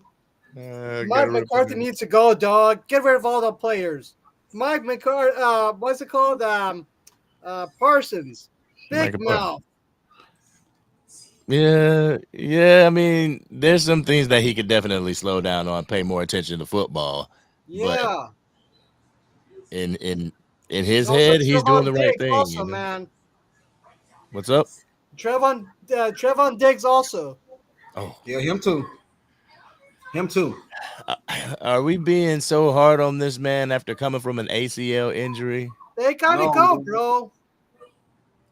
No, man, I'm not being hard on him. You know what I'm saying? I'll keep Trayvon before. Well, I don't know, man. I don't really want to get rid of neither one of them, bro, to be honest. But these dudes have to change they have to change, man. They're thinking, man. You know what I mean? But the thing about it is, it'll never happen because we still got the owner, Jerry Jones. Yeah, man. Once he steps down, there we go. Caught up with. Purpose Hole. I don't know what happened at Penn State with Micah. Yeah, Penn State didn't want him either. Oh man. So, what's the first move that you're making in order to better this team? And bring in Brian Johnson, the head coach. Brian Johnson from Detroit Lions. Which one is that? The offensive coordinator? I think so. Yeah. Yeah, he played with us. Yeah, bring in him. He played with us the other day. Yeah, bring in him. Bring in him the way he did us. You know what I mean? And then if he don't work out off with his head, we don't want him here. or Lincoln Riley. Excuse me. Yeah, I mean, you know the deal. You know the deal. Do you give somebody more than a year to get it right? You know, because like I said, Trayvon Diggs coming off a knee injury. Mike Zimmer, year one defensive coach. We got from what I've seen, we got a hell of a lot of expectations on keep year Mike one Zimmer, guys. and I'll bring in Brian Johnson. You know, on year one guys, we have a ton of expectation. And I just think it's crazy. B-Bird in the house. What's up, B-Bird? What's going on, B-Bird? Hey, how y'all doing there? What's up, man? Listen, all right. Angry, listen to yourself on that. Hey, hold on, Cowboy Nation. Hey, listen to this though, bro. I agree with you with that 1 year stuff, right? But Zimmer knew that when he signed up for this, bro. You knew this was a 1 year situation, bro. You knew that. You know what I'm saying? Like you knew that if Mike McCarthy had any nuts about him, bro, he would have went off in there and told Jerry to give him an extension, bro. He wouldn't have went into this little lame duck contract, bro. I mean, this whole team knew this was a 1 year deal. Everybody knew that. Everybody knew that. We didn't want Mike McCarthy at first. What's up, B-Bird? Well, one thing about that, man. Damn. Actually, go ahead. My bad, Angry. My bad. No, I was just saying with that, it's like you're saying he knew he was on a 1 year contract. He knew what he signed up for. Yeah. I signed up for the players to actually get the scheme that I am trying to draw up here. Thank you. That's my point. If they're not getting it, then how is that on me? You know what I'm saying? Mm-hmm. Like, because there was a few times during this game, not to mention the Green Bay Packers game, where everybody was out of place. Like, remember that touchdown that Trayvon Diggs was? That's why Mike McCarthy left. He got fired from them. Hold on, man. Go ahead, Angry. That's where Mike McCarthy. Damn, he lost my train of thought. Yeah. you were talking about Mike McCarthy being Cowboy Nation. Hold on, hey B-Bird, you ain't said nothing. What's up, bro? Well, I was gonna just comment that I definitely agree with you. There's no way I would have went into a lame duck year. Either you sign me or I walk. No coach can. You take away the coach's power when everybody knows that he only has 1 year, and I ain't got to listen to you but for 1 year. It's just not a way to run an organization, man. This team, I told Law this earlier. This season was kind of done in March and April, when they made some decisions in free agency, whereas they decided to go with rookies. And when you're a 12-5 team, rookies aren't the thing that's going to get you over the hump, man. You need veterans. So although Tyron Smith, was on the downside, he still will be playing better than Guyton right now. Although Gilmore is old and up in age, he still be playing more, doing more than Carson's right now. So I just think they made some decisions that 12-5 teams that say, hey, we need to get over the hump, don't make. They took a step back. But the problem is that as Cowboy fans, we buy it, right? Yeah, seatbelt Carson's and man, Guyton is the first round draft. Hey, dude, this is the NFL. It's a whole different level. And so I think we're starting to see a lot of that. Even the guys that went over to Commanders, we don't have a pass rush at all. We can't affect the quarterback. And so the quarterback has all day to throw crossing routes and everything else. And right now, we had those guys that's down in Washington right now. They'd be better than what we have at the defensive end. So I think that in March, this is a Jones and Stephen Jones and Jerry Jones situation. But a lot of times we get in the season, we forget about those moves that we didn't make, and we start blaming players, man. But this roster is just really not good enough, man. And I told Sky and Law this last week. If you go look position group by position group, Detroit and San Francisco, it's no position group that we have that's better than one that they have. And how you going to win like that, man? We're not putting the right people. We're just not good enough as a team right now. I agree. Yeah. We're playing as the Bears. What do you? Were you in the chat when we was talking about the Micah Parsons thing? What you feel about that? No, I wasn't. But what part? Because I'm not feeling him right now. So I probably do agree with it. I said that I wouldn't just go trade him for nothing and give him away. But at the same time, he's not to the point so good on a level that he can't even be called about, because he hasn't done nothing in the playoffs really. I'm not saying trading, but I'm saying that the Herschel Walker trade would be looked at again with Michael Parsons, man. Yeah. You know what I mean? That's how I feel. I tweeted this. Somebody was talking about the next coach. Somebody said Bill Belichick. And then we got Ben Johnson. And I said, if you think that this is a scheme issue with the Cowboys, then go get Ben Johnson. If you think it's a cultural issue, then go get Bill Belichick. I think if you got Belichick as a coach, I think he goes to tell Parsons, hey, look, man, I know you got this podcast, but look, we need to talk about this. And then he may come back and say, well, Kelsey's got him. And then Bill Belichick will say, the Kelsey's also have Super Bowl rings. When you get Super Bowl rings, you could do some of these extra things. See, the thing about Super Bowl rings, even one, mission accomplished. Hey, as a fan, you give me a Super Bowl ring, mission accomplished. Go get as many podcasts as you want to. I don't care. I ain't trying to be funny. I give you leeway when you've reached the ultimate. But until you've done that, man, I think that then you get on there and then you name every quarterback but your quarterback. I don't think, that was just like See? The thing is that the podcast doesn't do any good for the team, but it can do bad. It doesn't add anything to the football product, but it can take away from team chemistry and harmony and trust if you say the wrong thing. So I think that every time you go out there with that podcast, you can have an incendiary situation to whereas remember like him and Hooker was, So if you don't have a podcast, that never happens. So I think it can do a lot of bad. It can't do any good on the field. It only does good for Michael Parsons. Yeah. Yeah. All right. I got a super chat, $5 super chat from the Wordologist. Appreciate you, fam. Appreciate you. Definitely. Thank you for supporting the channel. Says a part of the problem is when you play for Dallas, you are automatically treated as a star versus anywhere else. You have to prove you're a star. Earn it. Yeah. One thing watching too, man, with culture, because I'll just tell you that's my number one thing. I think if you get the culture right, then you stand a chance. You go look at Pittsburgh, man, and they have a real man or a leader of men in control down there. And they're like 6-2. Their team roster is not that good. But what you can overcome, culture can overcome some deficiencies on the roster. But when you're in Dallas, you're not allowed to be the sculptor of the culture as a head coach. The Joneses do that. And all you do is pretty much you're an offensive coordinator. That's what Mike McCarthy is. He's an offensive coordinator and he's a stand-in. He's like a substitute teacher as a head coach. But that's what he's relegated to be because that's what the Joneses want. That's their criteria. Their first criteria isn't, hey, what are you going to do as far as offense, defense? No. Are you going to allow us to operate the way we've been operating? Because if not, then we can't. I don't care if you have promise of bringing us a Super Bowl. We want to operate the way we want to operate, man, and that's the most important thing to them. Listen to this though, right? Everybody keeps saying that what coach we gonna get? How you know what coaches want to come to Dallas? Absolutely. You know what I'm saying? Because we keep talking about Michael Parsons. You said Bill Belichick could go to Michael Parsons and say this and this and this. Jerry Jones not gonna allow that to happen. You know what I'm saying? Angry, you was gonna say something? Nah. Go ahead.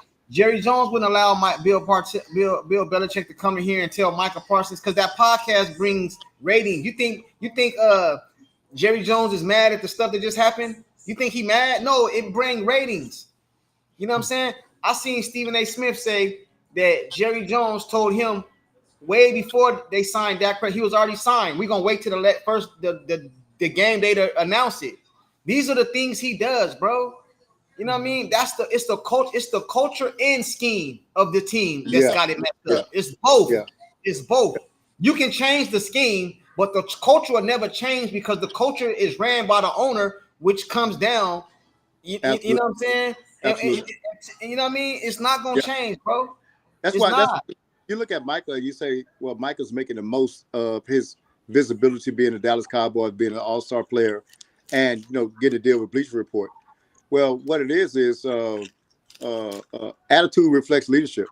And who's the leader of this team? Well, we got a guy that he's going to market and do everything about money, who's Jerry Jones. So what's Michael following? Michael's following the leader.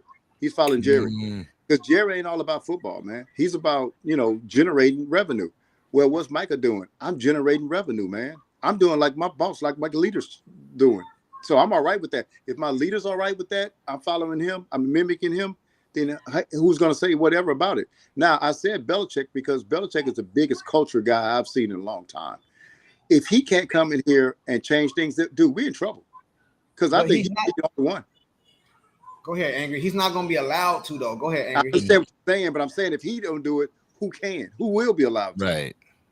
Right. Absolutely right. Because if Bill Belichick can't do it, then Ben Johnson ain't gonna be able to come in and change no culture. Like, hey, Angry. What? Another Bill tried to come in here and do it. What happened? Parcells. Exactly. And he didn't want Terrell Owens. What Jerry Jones do? Now the coach told you I don't want Terrell Owens. Jerry Jones goes and does it anyway. Mhm. That goes to show you, bro. You know what I'm saying? That goes to show you. Jerry Jones just came out right now and said, hey, what if your players tell you that the tours is the distraction? I don't care what they say, ain't changing it. Yeah. This is what he said, bro. Yeah. He do not care. Landing helicopters on the field. He going on the TV show or the radio every day. He addressed the media before the coach do. This is what he does. The players, the players and the coaches need to have the belief and the attitude that the buck stops with the coaches. Absolutely. You know, they can't have that parachute like, oh, if coach says I can't do this or coach does it like this, then I'll go to Jerry and he'll just change it up for me. He needs to exist without existing, you know. Be up in the press box, watch your team, do whatever you do, but be to the side. So look at Washington has fired. I mean, not fired, but they have a new owner.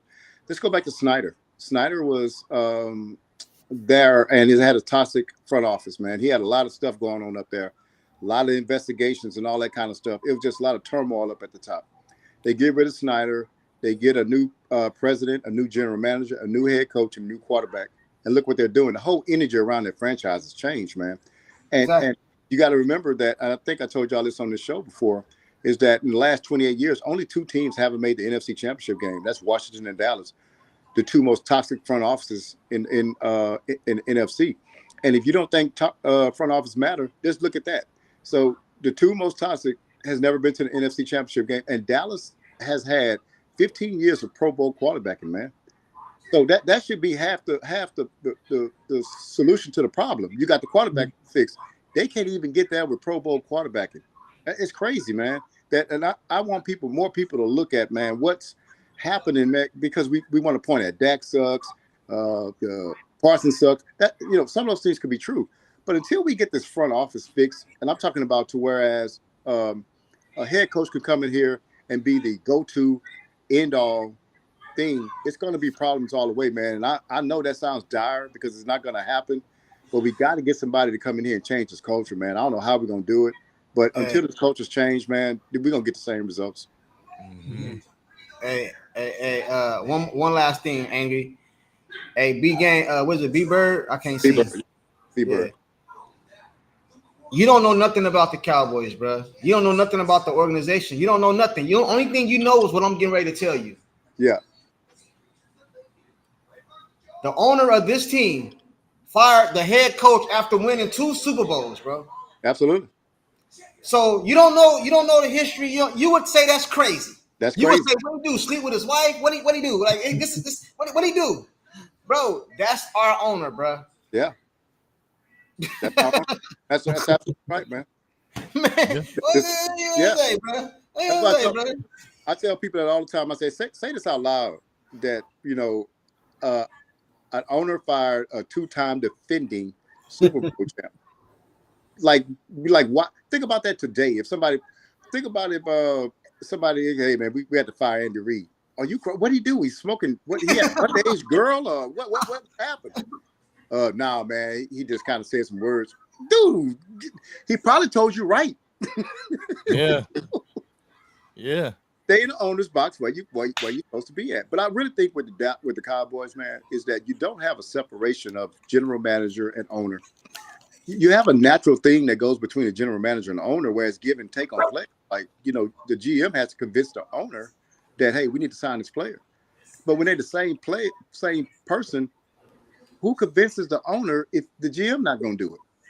So that's why that's why the issue arises at in this organization, man. You got the GM who's an owner, and that's why they haven't gotten a top 20 free agent since 2012 in Brandon Carr.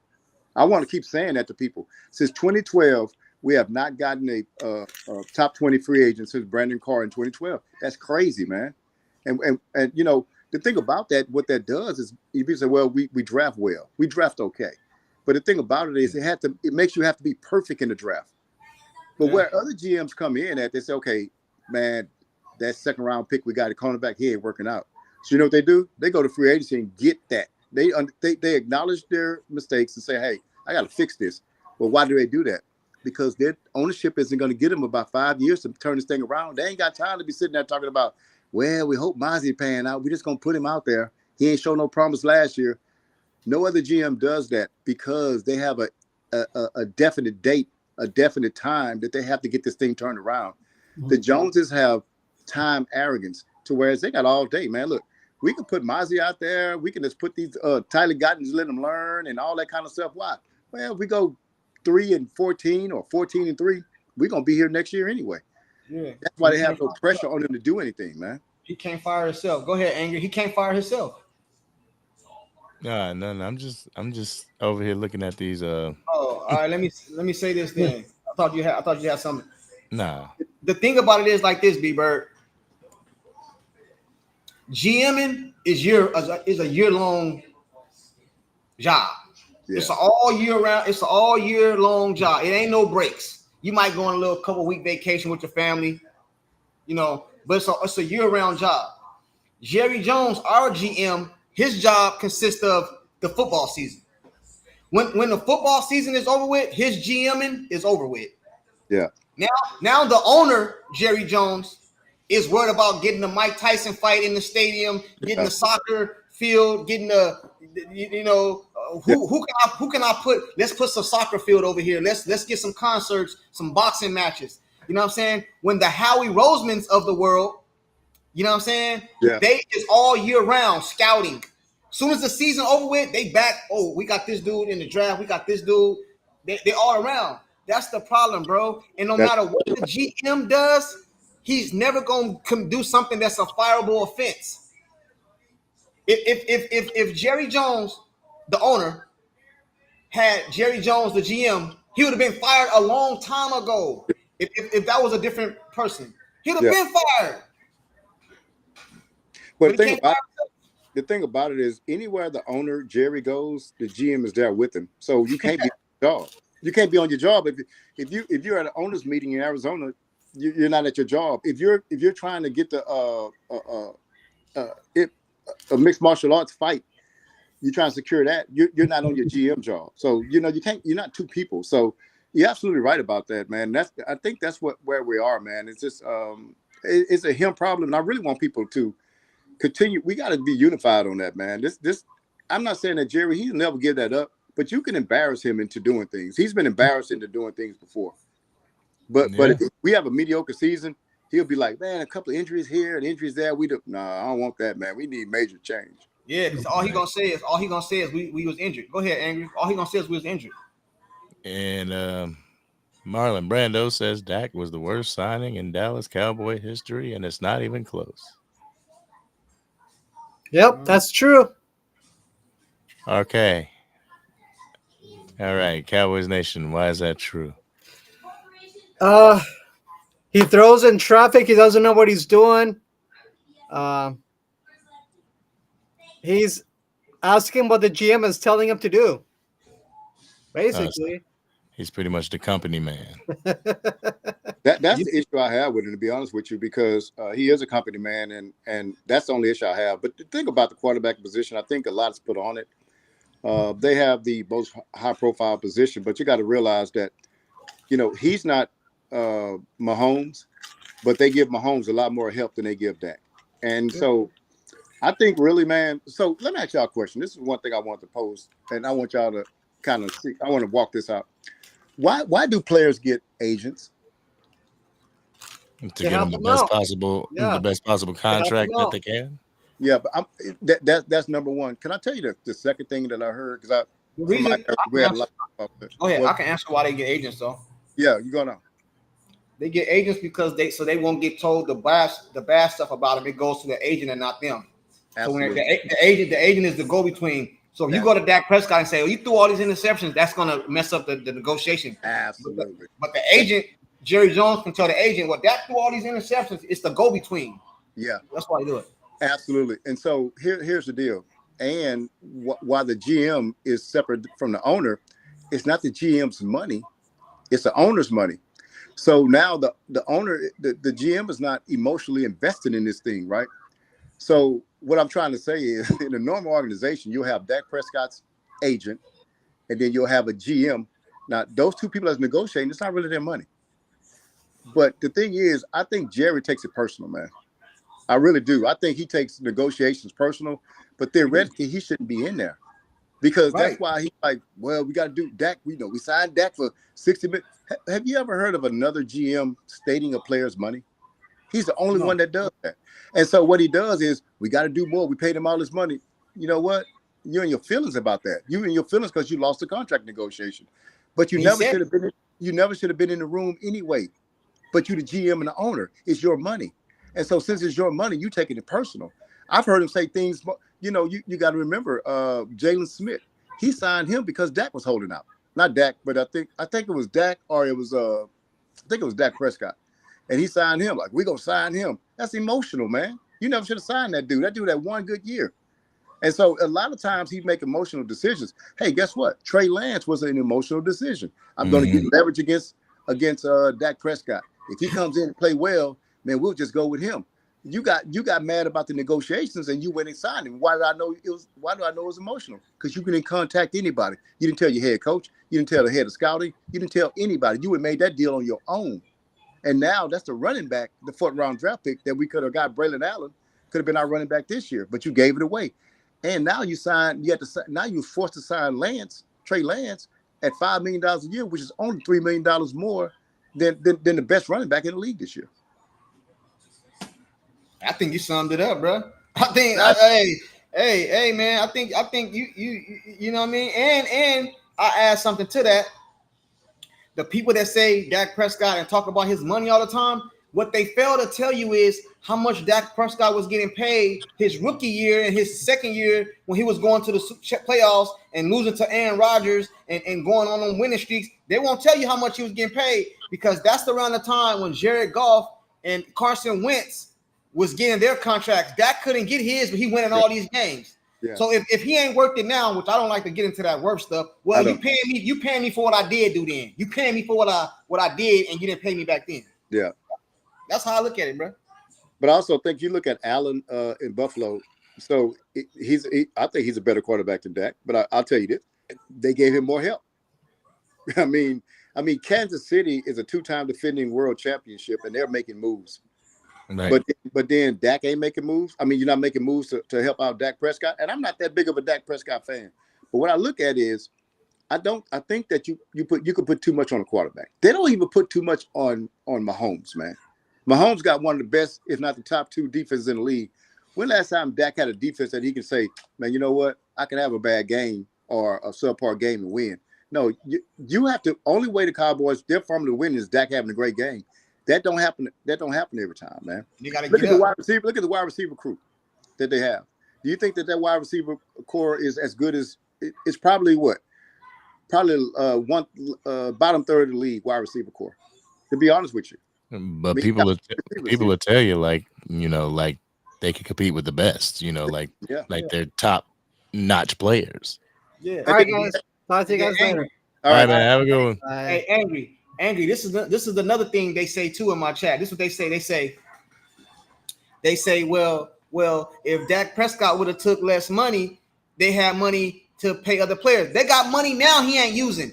And on top of that, bro, you know what I'm saying? The Dallas Cowboys is the lowest money spent team in the whole damn NFL.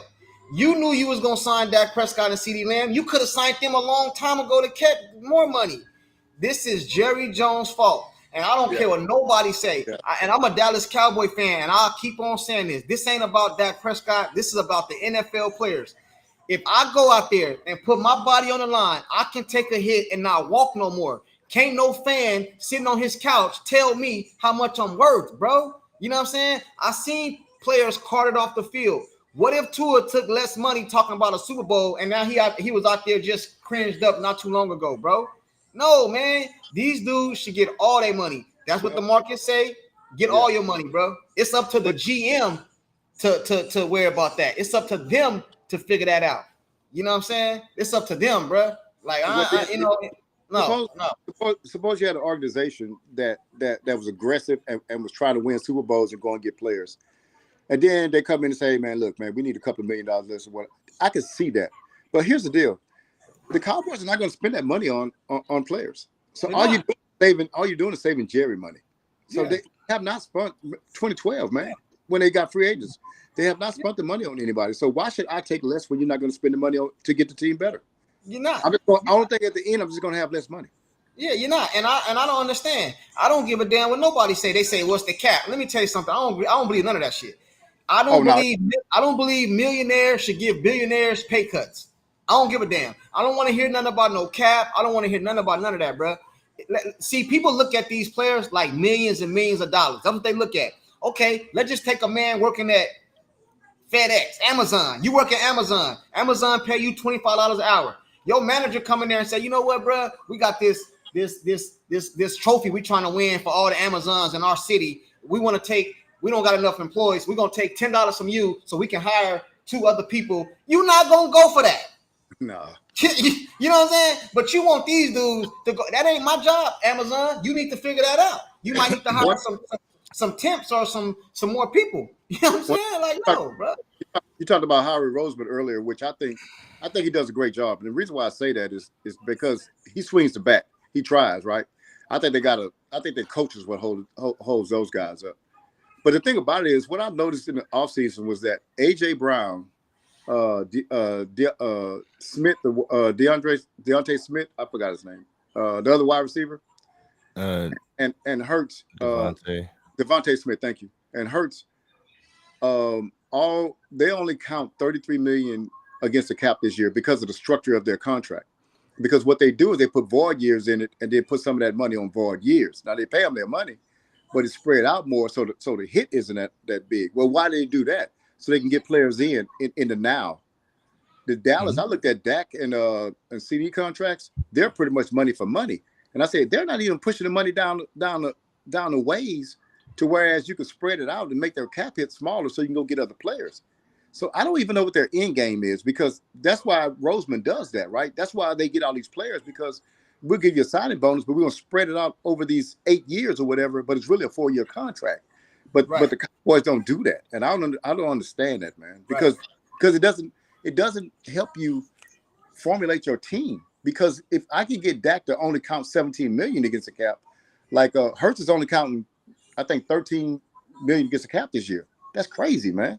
But what that does, that loosens up some things for them. The players happy, and you can get to more players on your team. But the Cowboys don't do that. So if you want to look at how people do contracts, that's how it's supposed to be done, like they're doing in Philadelphia. And I hate to say it because, I'm a Cowboy fan. But that's how they're supposed to do it, man. Yeah. Dave. What you got to say, Dave Angry? says, huh? Go ahead, Angry. Dave says, didn't the market say 55 to 60 million? The market may have said 55 to 60 million, but negotiations go back and forth. Let's say I represent you as an NFL player. Am I going to go into the negotiations and say, hey, the market's 56 million, just give us 56 million? No, we're not going to do that. We're going to go in like we're going in at 70 million. That's what we want. That's what we want from them. And you meet somewhere in the middle. Because Todd France, I said this in a video, Todd France wanted more than $60 million a year for Dak Prescott. And they ended up settling at $60 million. Right. So he was reaching for 70. Right. But you have to have a plan. If I want to start a business, bro, and I want to go to the bank and get a loan, you can't walk off in that bank with no business plan and ask them for X amount of dollars. You got to have a business plan. Dak Prescott, I think if you go to Dak Prescott and say, look, bro, we about to get Derrick Henry. We already talked to him. I just got off the phone with him. We about to bring him up off of here. We about to sign CD. We got, just for example, we got Reddick on the phone. We already talked to his agent. We already about to pay him. Everything set. If you go to that dude and tell him that, I'll guarantee you he'll take less money. But if you go off in there and tell him we ain't doing nothing, we just gonna pay you, man, give me all my money. Give me all of it. Yeah. Give me all of it, bro. If you ain't gonna do nothing else, give me all my money. Because that's what people try to say. Well, Tom Brady did this and Tom Brady did that. Tom Brady had Belichick. Somebody that's chasing Super Bowls. He also had Giselle, who's making more money than he was. Exactly. I wouldn't even want to get into that, but that too. Yeah, I mean, but it's just the truth. But that too. You know, people hate this dude so much. They go talk about his house and his money, and he bought a ring and how much it costs and all this shit, bro. Yeah. Man, listen, bro. I tell you, the Dallas Cowboys and Dak Prescott, this is the only team that can be perfect. They have to be perfect in order to do anything. They have to be 17-0 and make it to a Super Bowl and win said Super Bowl. But you know what I've always thought too, man, is this. I think the Cowboys have a lot of noise around them just naturally. I think what you need is a coach to come in and quiet things down. What I mean by noise is the circus atmosphere. And I think what you need is a coach to come in. So this is what I imagine. Like if things work right, Belichick comes in and have a press conference and have one of those press conferences like, yep, they're good. We respect the team. We're going to play hard. They play hard. And that's it. And make the players do the same thing. Not all this. It's too much noise around the Cowboys, man. It's too much, I know ESPN going to still pump their stuff, but we can't be giving them stuff to do. I think you got to keep the locker room tight, keep everything in house. That's opposite of what Jerry wants. But you got to get a coach in here to counteract some of the stuff that Jerry does. And I don't think that's why I would love a Ben Johnson. I don't think he has enough skins on the wall to come in and do that. No, nobody does because you're going to be under Jerry. Yeah. My bad, Angry. Thank you. That could have taken a team-friendly deal. He got his big deal. Why? Why is that? Why do we want Dak Prescott or any player on this team to take a team-friendly deal? So he takes a team-friendly deal, then what happens after that? Nothing. Nothing. I mean, they don't sign people, man. They could have signed Dak for $55 million and CD probably for $30 million if they got on it early, right? That's $10 million right there. They could have done that early because they end up signing him anyway. Yeah, yep. But B Bird, let me tell you what happened. I think Angry mentioned it earlier. You mentioned it earlier. See, what Jerry Jones' plan was this. I got Dak. Dak got me the first contract. I'm going to get him back. I'm going to go get Trey Lance. I'm going to put Trey Lance in the preseason, and I'm going to use that leverage against Dak. We got Trey Lance, man. You might need to take this free deal. Trey Lance goes out there and throw 5 picks and kill this leverage. And then he killed his trading value. You know what I'm saying? He killed his leverage. So Dak over there like, you know what I mean? Yeah. Now, so let me go get that 60 then. Let me go and get that 60. Yeah. And that's what happened, bro. That's what happened. And you got to remember when they got Trey Lance and asked Dak about it, he said, hey, man, nothing surprising in this conversation. So Dak took that personal too, right? So then during this negotiation, hey, Trey Lance, we know what you're trying to do with Trey. That's why you played him 90% of every snap in the preseason, right? You're trying to prove him right. But you know what Dak said? I ain't giving you no kind of break because you disrespectful with that. And so I want every penny. You go figure everything else out. And I ain't got no problem with that, man. You know what I'm saying? I don't know why people are talking about taking a lesser deal. Anybody that says he should have taken a team-friendly deal, what would the Joneses have done with the money? Nothing. They've proven they won't go get free agents. Yeah, they got money now. Yeah, they got money now they won't go do nothing with. And then Jerry's on the radio talking about which one to go get? Trade for 20 players? No. Why don't you do what the more successful team's doing? They seeing a weakness and they go and get it to try to make a run at this thing. You know, Hassan Reddick would have been a great addition to this team.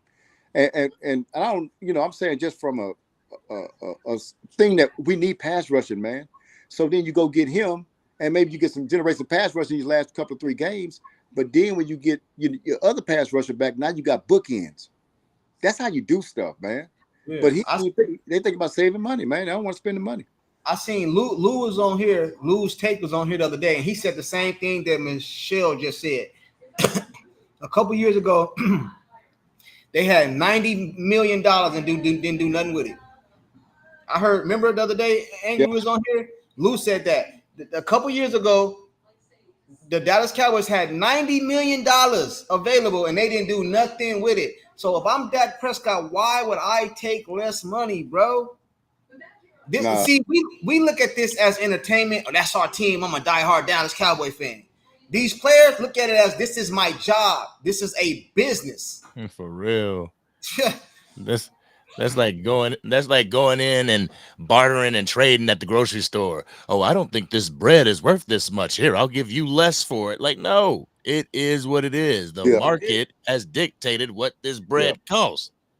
And some stores will be able to get over on you and be like, this bread costs more than what it does down the road. You want it here, it's convenient, come get it. Like, I don't understand where people get lost in the market being the market and quarterbacks being paid what they're due. So I'll tell you, I'll give you an example that I gave before, man. Me and my wife, we got this nice house or whatever. And so, but we've been struggling trying to decorate it, right? For years, we go get stuff that just wouldn't match or whatever. But part of the problem is because we kind of, watch our dollars, right? Like we don't just spend willy-nilly. We'll look at something and be like, oh, that's nice, but we can get something a little bit, cheaper. And next thing you know, it don't look right. So we had to end up doing is going to get an interior decorator and giving her a budget, right?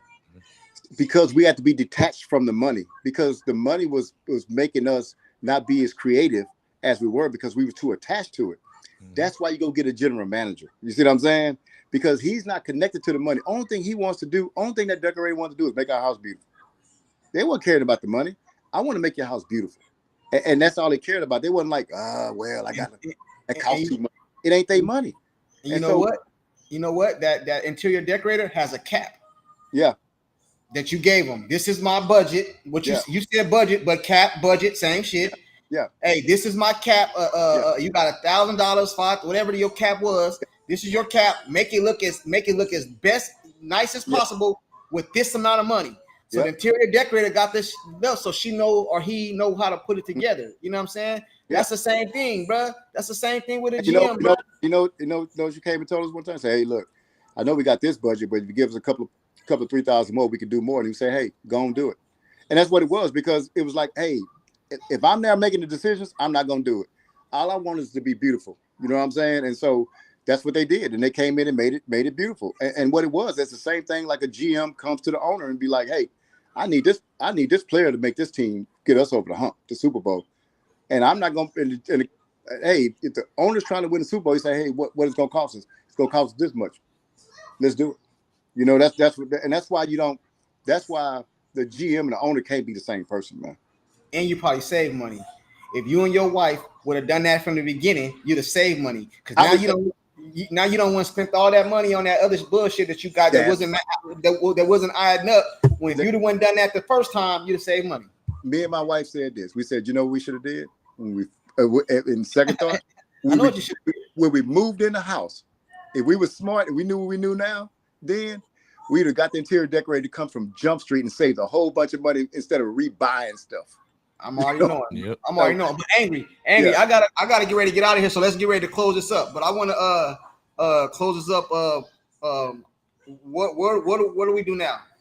I'm not speaking as a fan, as a organization. What do we do now, Angry? Where do we go from here? I feel, with this being the closing statement, I feel that Jerry has a decision to make, and I believe that it has been made. We are keeping our powder dry. We are holding on to what we have for the rest of the season. We are going to allow the season to play out. No trades before the trade deadline, unfortunately, Cowboys Nation. Nobody's coming to save us. We are going to hold on to everything that we have. Salary cap, let it roll over. Draft picks, start looking at the draft board, and draft and development, Dallas Cowboys. We're going to pay Micah Parsons next year, and that's where we're headed. Our franchise tag. It's Jerry, dog. Our franchise tag. And what you got, B-Bird? Where we go from here as an organization? Well, I think at this point in time, you don't do trades unless you're trading for picks or whatever, because I think this season is over with. It's nothing you're going to do in the trade market that's going to help this team right now. But I think the thing is I think you start evaluating younger players, the ones that's going to be here next year, to see if they're going to be able to add something to your team next year. And now you start looking at what kind of coach you're going to get, and we got to put pressure on that front office from a content creator, media, and just hey man, look, this ain't working. You've been doing it for 28 years. And we got to start continue to ask the tough questions. Hopefully the media catch on and just continue to ask Jerry some of the tougher questions because they've been softballing him. And when he got asked a couple of questions, he went off on them or whatever. But that's what he should have been getting the whole time. But I just think that this is going to be a pivotal year, man, because I think people are they're saying, hey, this has been long enough, y'all, Cowboy Joneses. We've bought y'all stuff long enough. We're not buying it anymore. And I'm seeing more and more people get fed up with it. So hopefully that stays, man. That's it for me. All right, man. You guys both said exactly what I was going to say. But what I will push back on is we have to live in reality. Yeah, absolutely. We all know that ain't happening. I don't give a damn what that media say. You know what I'm saying? Jerry Jones, listen, bro. Do you know if I was Jerry Smith, ain't no way in the world Stephen A. Smith can talk about my team the way he do, and he come up to me and I'm gonna do an interview. It would have been got twisted around. Hey man, why you always talking about my squad? You know what I mean? You always doing this, you always got some foul shit to say. Jerry Jones loves this. Jerry Jones ain't going nowhere. And I keep telling Cowboy Nation this. Oh, because I got a YouTube channel and we got a YouTube. Do you have a YouTube channel? No, I don't. Okay, cool. No. I was going to give a shout out to you. But anyway, we have YouTube channels. So we see this all the time in the chat. Jerry, we need to boycott. You guys need to stop buying jerseys. You need to stop. Do you guys know that Jerry Jones probably make as much money during the off season than he do in the season? So let's just say the Cowboys boycott and all that shit. Okay, cool. I heard Jerry Jones get like $30 million a year. Don't quote me on this, but it's something like this, what I heard. Just for the AT&T to use the AT&T as on the name of his stadium. You know what I'm saying? Bro, The dude got money all the way, getting the money all the way around. Like I told you in the offseason, Mike Tyson fights, soccer, all this stuff, tours. You think the tours stop just because the Cowboys season over with? Hell no. Man, they got all kind of stuff going on. Listen, bro, in order to hurt Jerry Jones, you have to hurt his pride. Yeah, absolutely. It ain't money. He has too much money, bro. It's not money. You got to hurt the man inside. And if you don't do that, you can kill all that other stuff, man. Yeah. And I alluded to this over on my TikTok. If you ain't following me on TikTok, selfish plug right here. Follow your man on Instagram. I'm on Instagram and TikTok, Angry Cowboys fan. But anyway, I was saying you got to hurt his pride. You got to hurt his ego. How you do that? Whenever you go to the game, everybody talks about putting bags on your head. No, that makes you look like a fool. I know when y'all saw the videos, like, damn, Angry looking like a fool. But anyway, you go to the game. You know where you're about to go in and everything. Everybody's lined up. Even if you pay for your tickets, and I know some people are like, well, I just paid. But whenever they open those doors and you see all those people run in, you don't. You stand right at those doors and you let the visiting team go in. Even if you stand out there the whole game, guess what? That's bringing the media down there, the media circus, the media attention. And why are you here? All these people talking about you got to fire the GM. You know how red that's going to make Jerry? But it ain't going to hit him in his pockets, but it's going to hit him in his ego. But Angry, you got to understand how many people of us like that. We have the casual fans and we have the diehard fans like us. So the diehard fans like us might just do that. But the casual fans want to see AT&T Stadium. They want to see the $1 billion playpen. They want to see the big TV in the screen. So a lot of people going to do that. And on top of that, most of the tickets are sold out before the season start. A lot of people got season tickets. So the money is there. It's not going to hurt Jerry. The only way to hurt Jerry is for see, this is the problem. This is the problem. It's not no longer sports news, sports journalism. It's not no longer that. See, the Scotts of the world would have asked Jerry Jones these questions. But now these people on the ESPNs are entertainment. Stephen A. Smith is an entertainer. You know what I'm saying? He's going to entertain Jerry. Hey, Jerry, you know you my friend. You my buddy. It's my buddy. It's my buddy, Jerry Jones. See, it's not journalism, bro. So they're not going to hit him where it hurt. They're not. Most of the people that ask Jerry Jones these questions, he has a way of hurting him. Like he told the dude, I'll get somebody else in here to ask these questions. I'll go to somebody else's radio station. It got to be somebody that stands up to Jerry that don't need Jerry. You can't do nothing to me. Now, why you didn't go get Derrick Henry? You get mad all you want to. Why is your team out here losing like this? You know what I'm saying? Yeah. At the end of the day. That's what you need. You said you got to get somebody that don't need Jerry. At the end of the day, yeah, we don't need Jerry. We don't need Jerry to lose. We don't need Jerry to feel bad. We can do that all by ourselves. We can do bad by ourselves. What we need Jerry to do is to get a team to compete for this championship. I don't know, man. I just like what D'Angelo Brown said that I got highlighted. Says Cowboys fans didn't show up to training camp in Oxnard, and it was a media spectacle. You goddamn right. And let me tell you something else before I go. And B-Bird, you probably don't know this, so I'm gonna fill you in. You probably know this, but Angry, no, I ain't lying. I do YouTube videos for the Dallas Cowboys. I can drop a video right now. I know people that only got like 100 subscribers. The Dallas Cowboys lose, they get 100,000 views. Yeah. The Dallas Cowboys win, they get 100. Listen, bro, the Dallas Cowboys losing make more money when they win it. Yeah. I ain't lying. I seen people, and Angry, no, I ain't lying. You can vouch for me, Angry. It's people with 50 subscribers, 100 subscribers. They title their video, Cowboys get mollywop, Cowboys get blown out. You wake up the next morning, this dude got 100,000 views, but 500 subscribers. But if the Cowboys win, that same person, 50 views, 100 views. And Jerry Jones know that, bro. But that's all I gotta say, bro. That's all I gotta say. Hey, man, it's good talking to y'all guys. I appreciate y'all putting this on, man. Oh, hey, anytime, man. Anytime, Thank you for coming on, B-Bird, man. For real. Stay DC for life, man. Stay DC for life, man. Yeah. Yo, that was a good one, man. That was a good one. Another good episode of the Facts Over Feelings podcast. Now I gotta damn near work on a video for myself, bro. Yeah, I know it was a bad loss today, but today showed us a lot.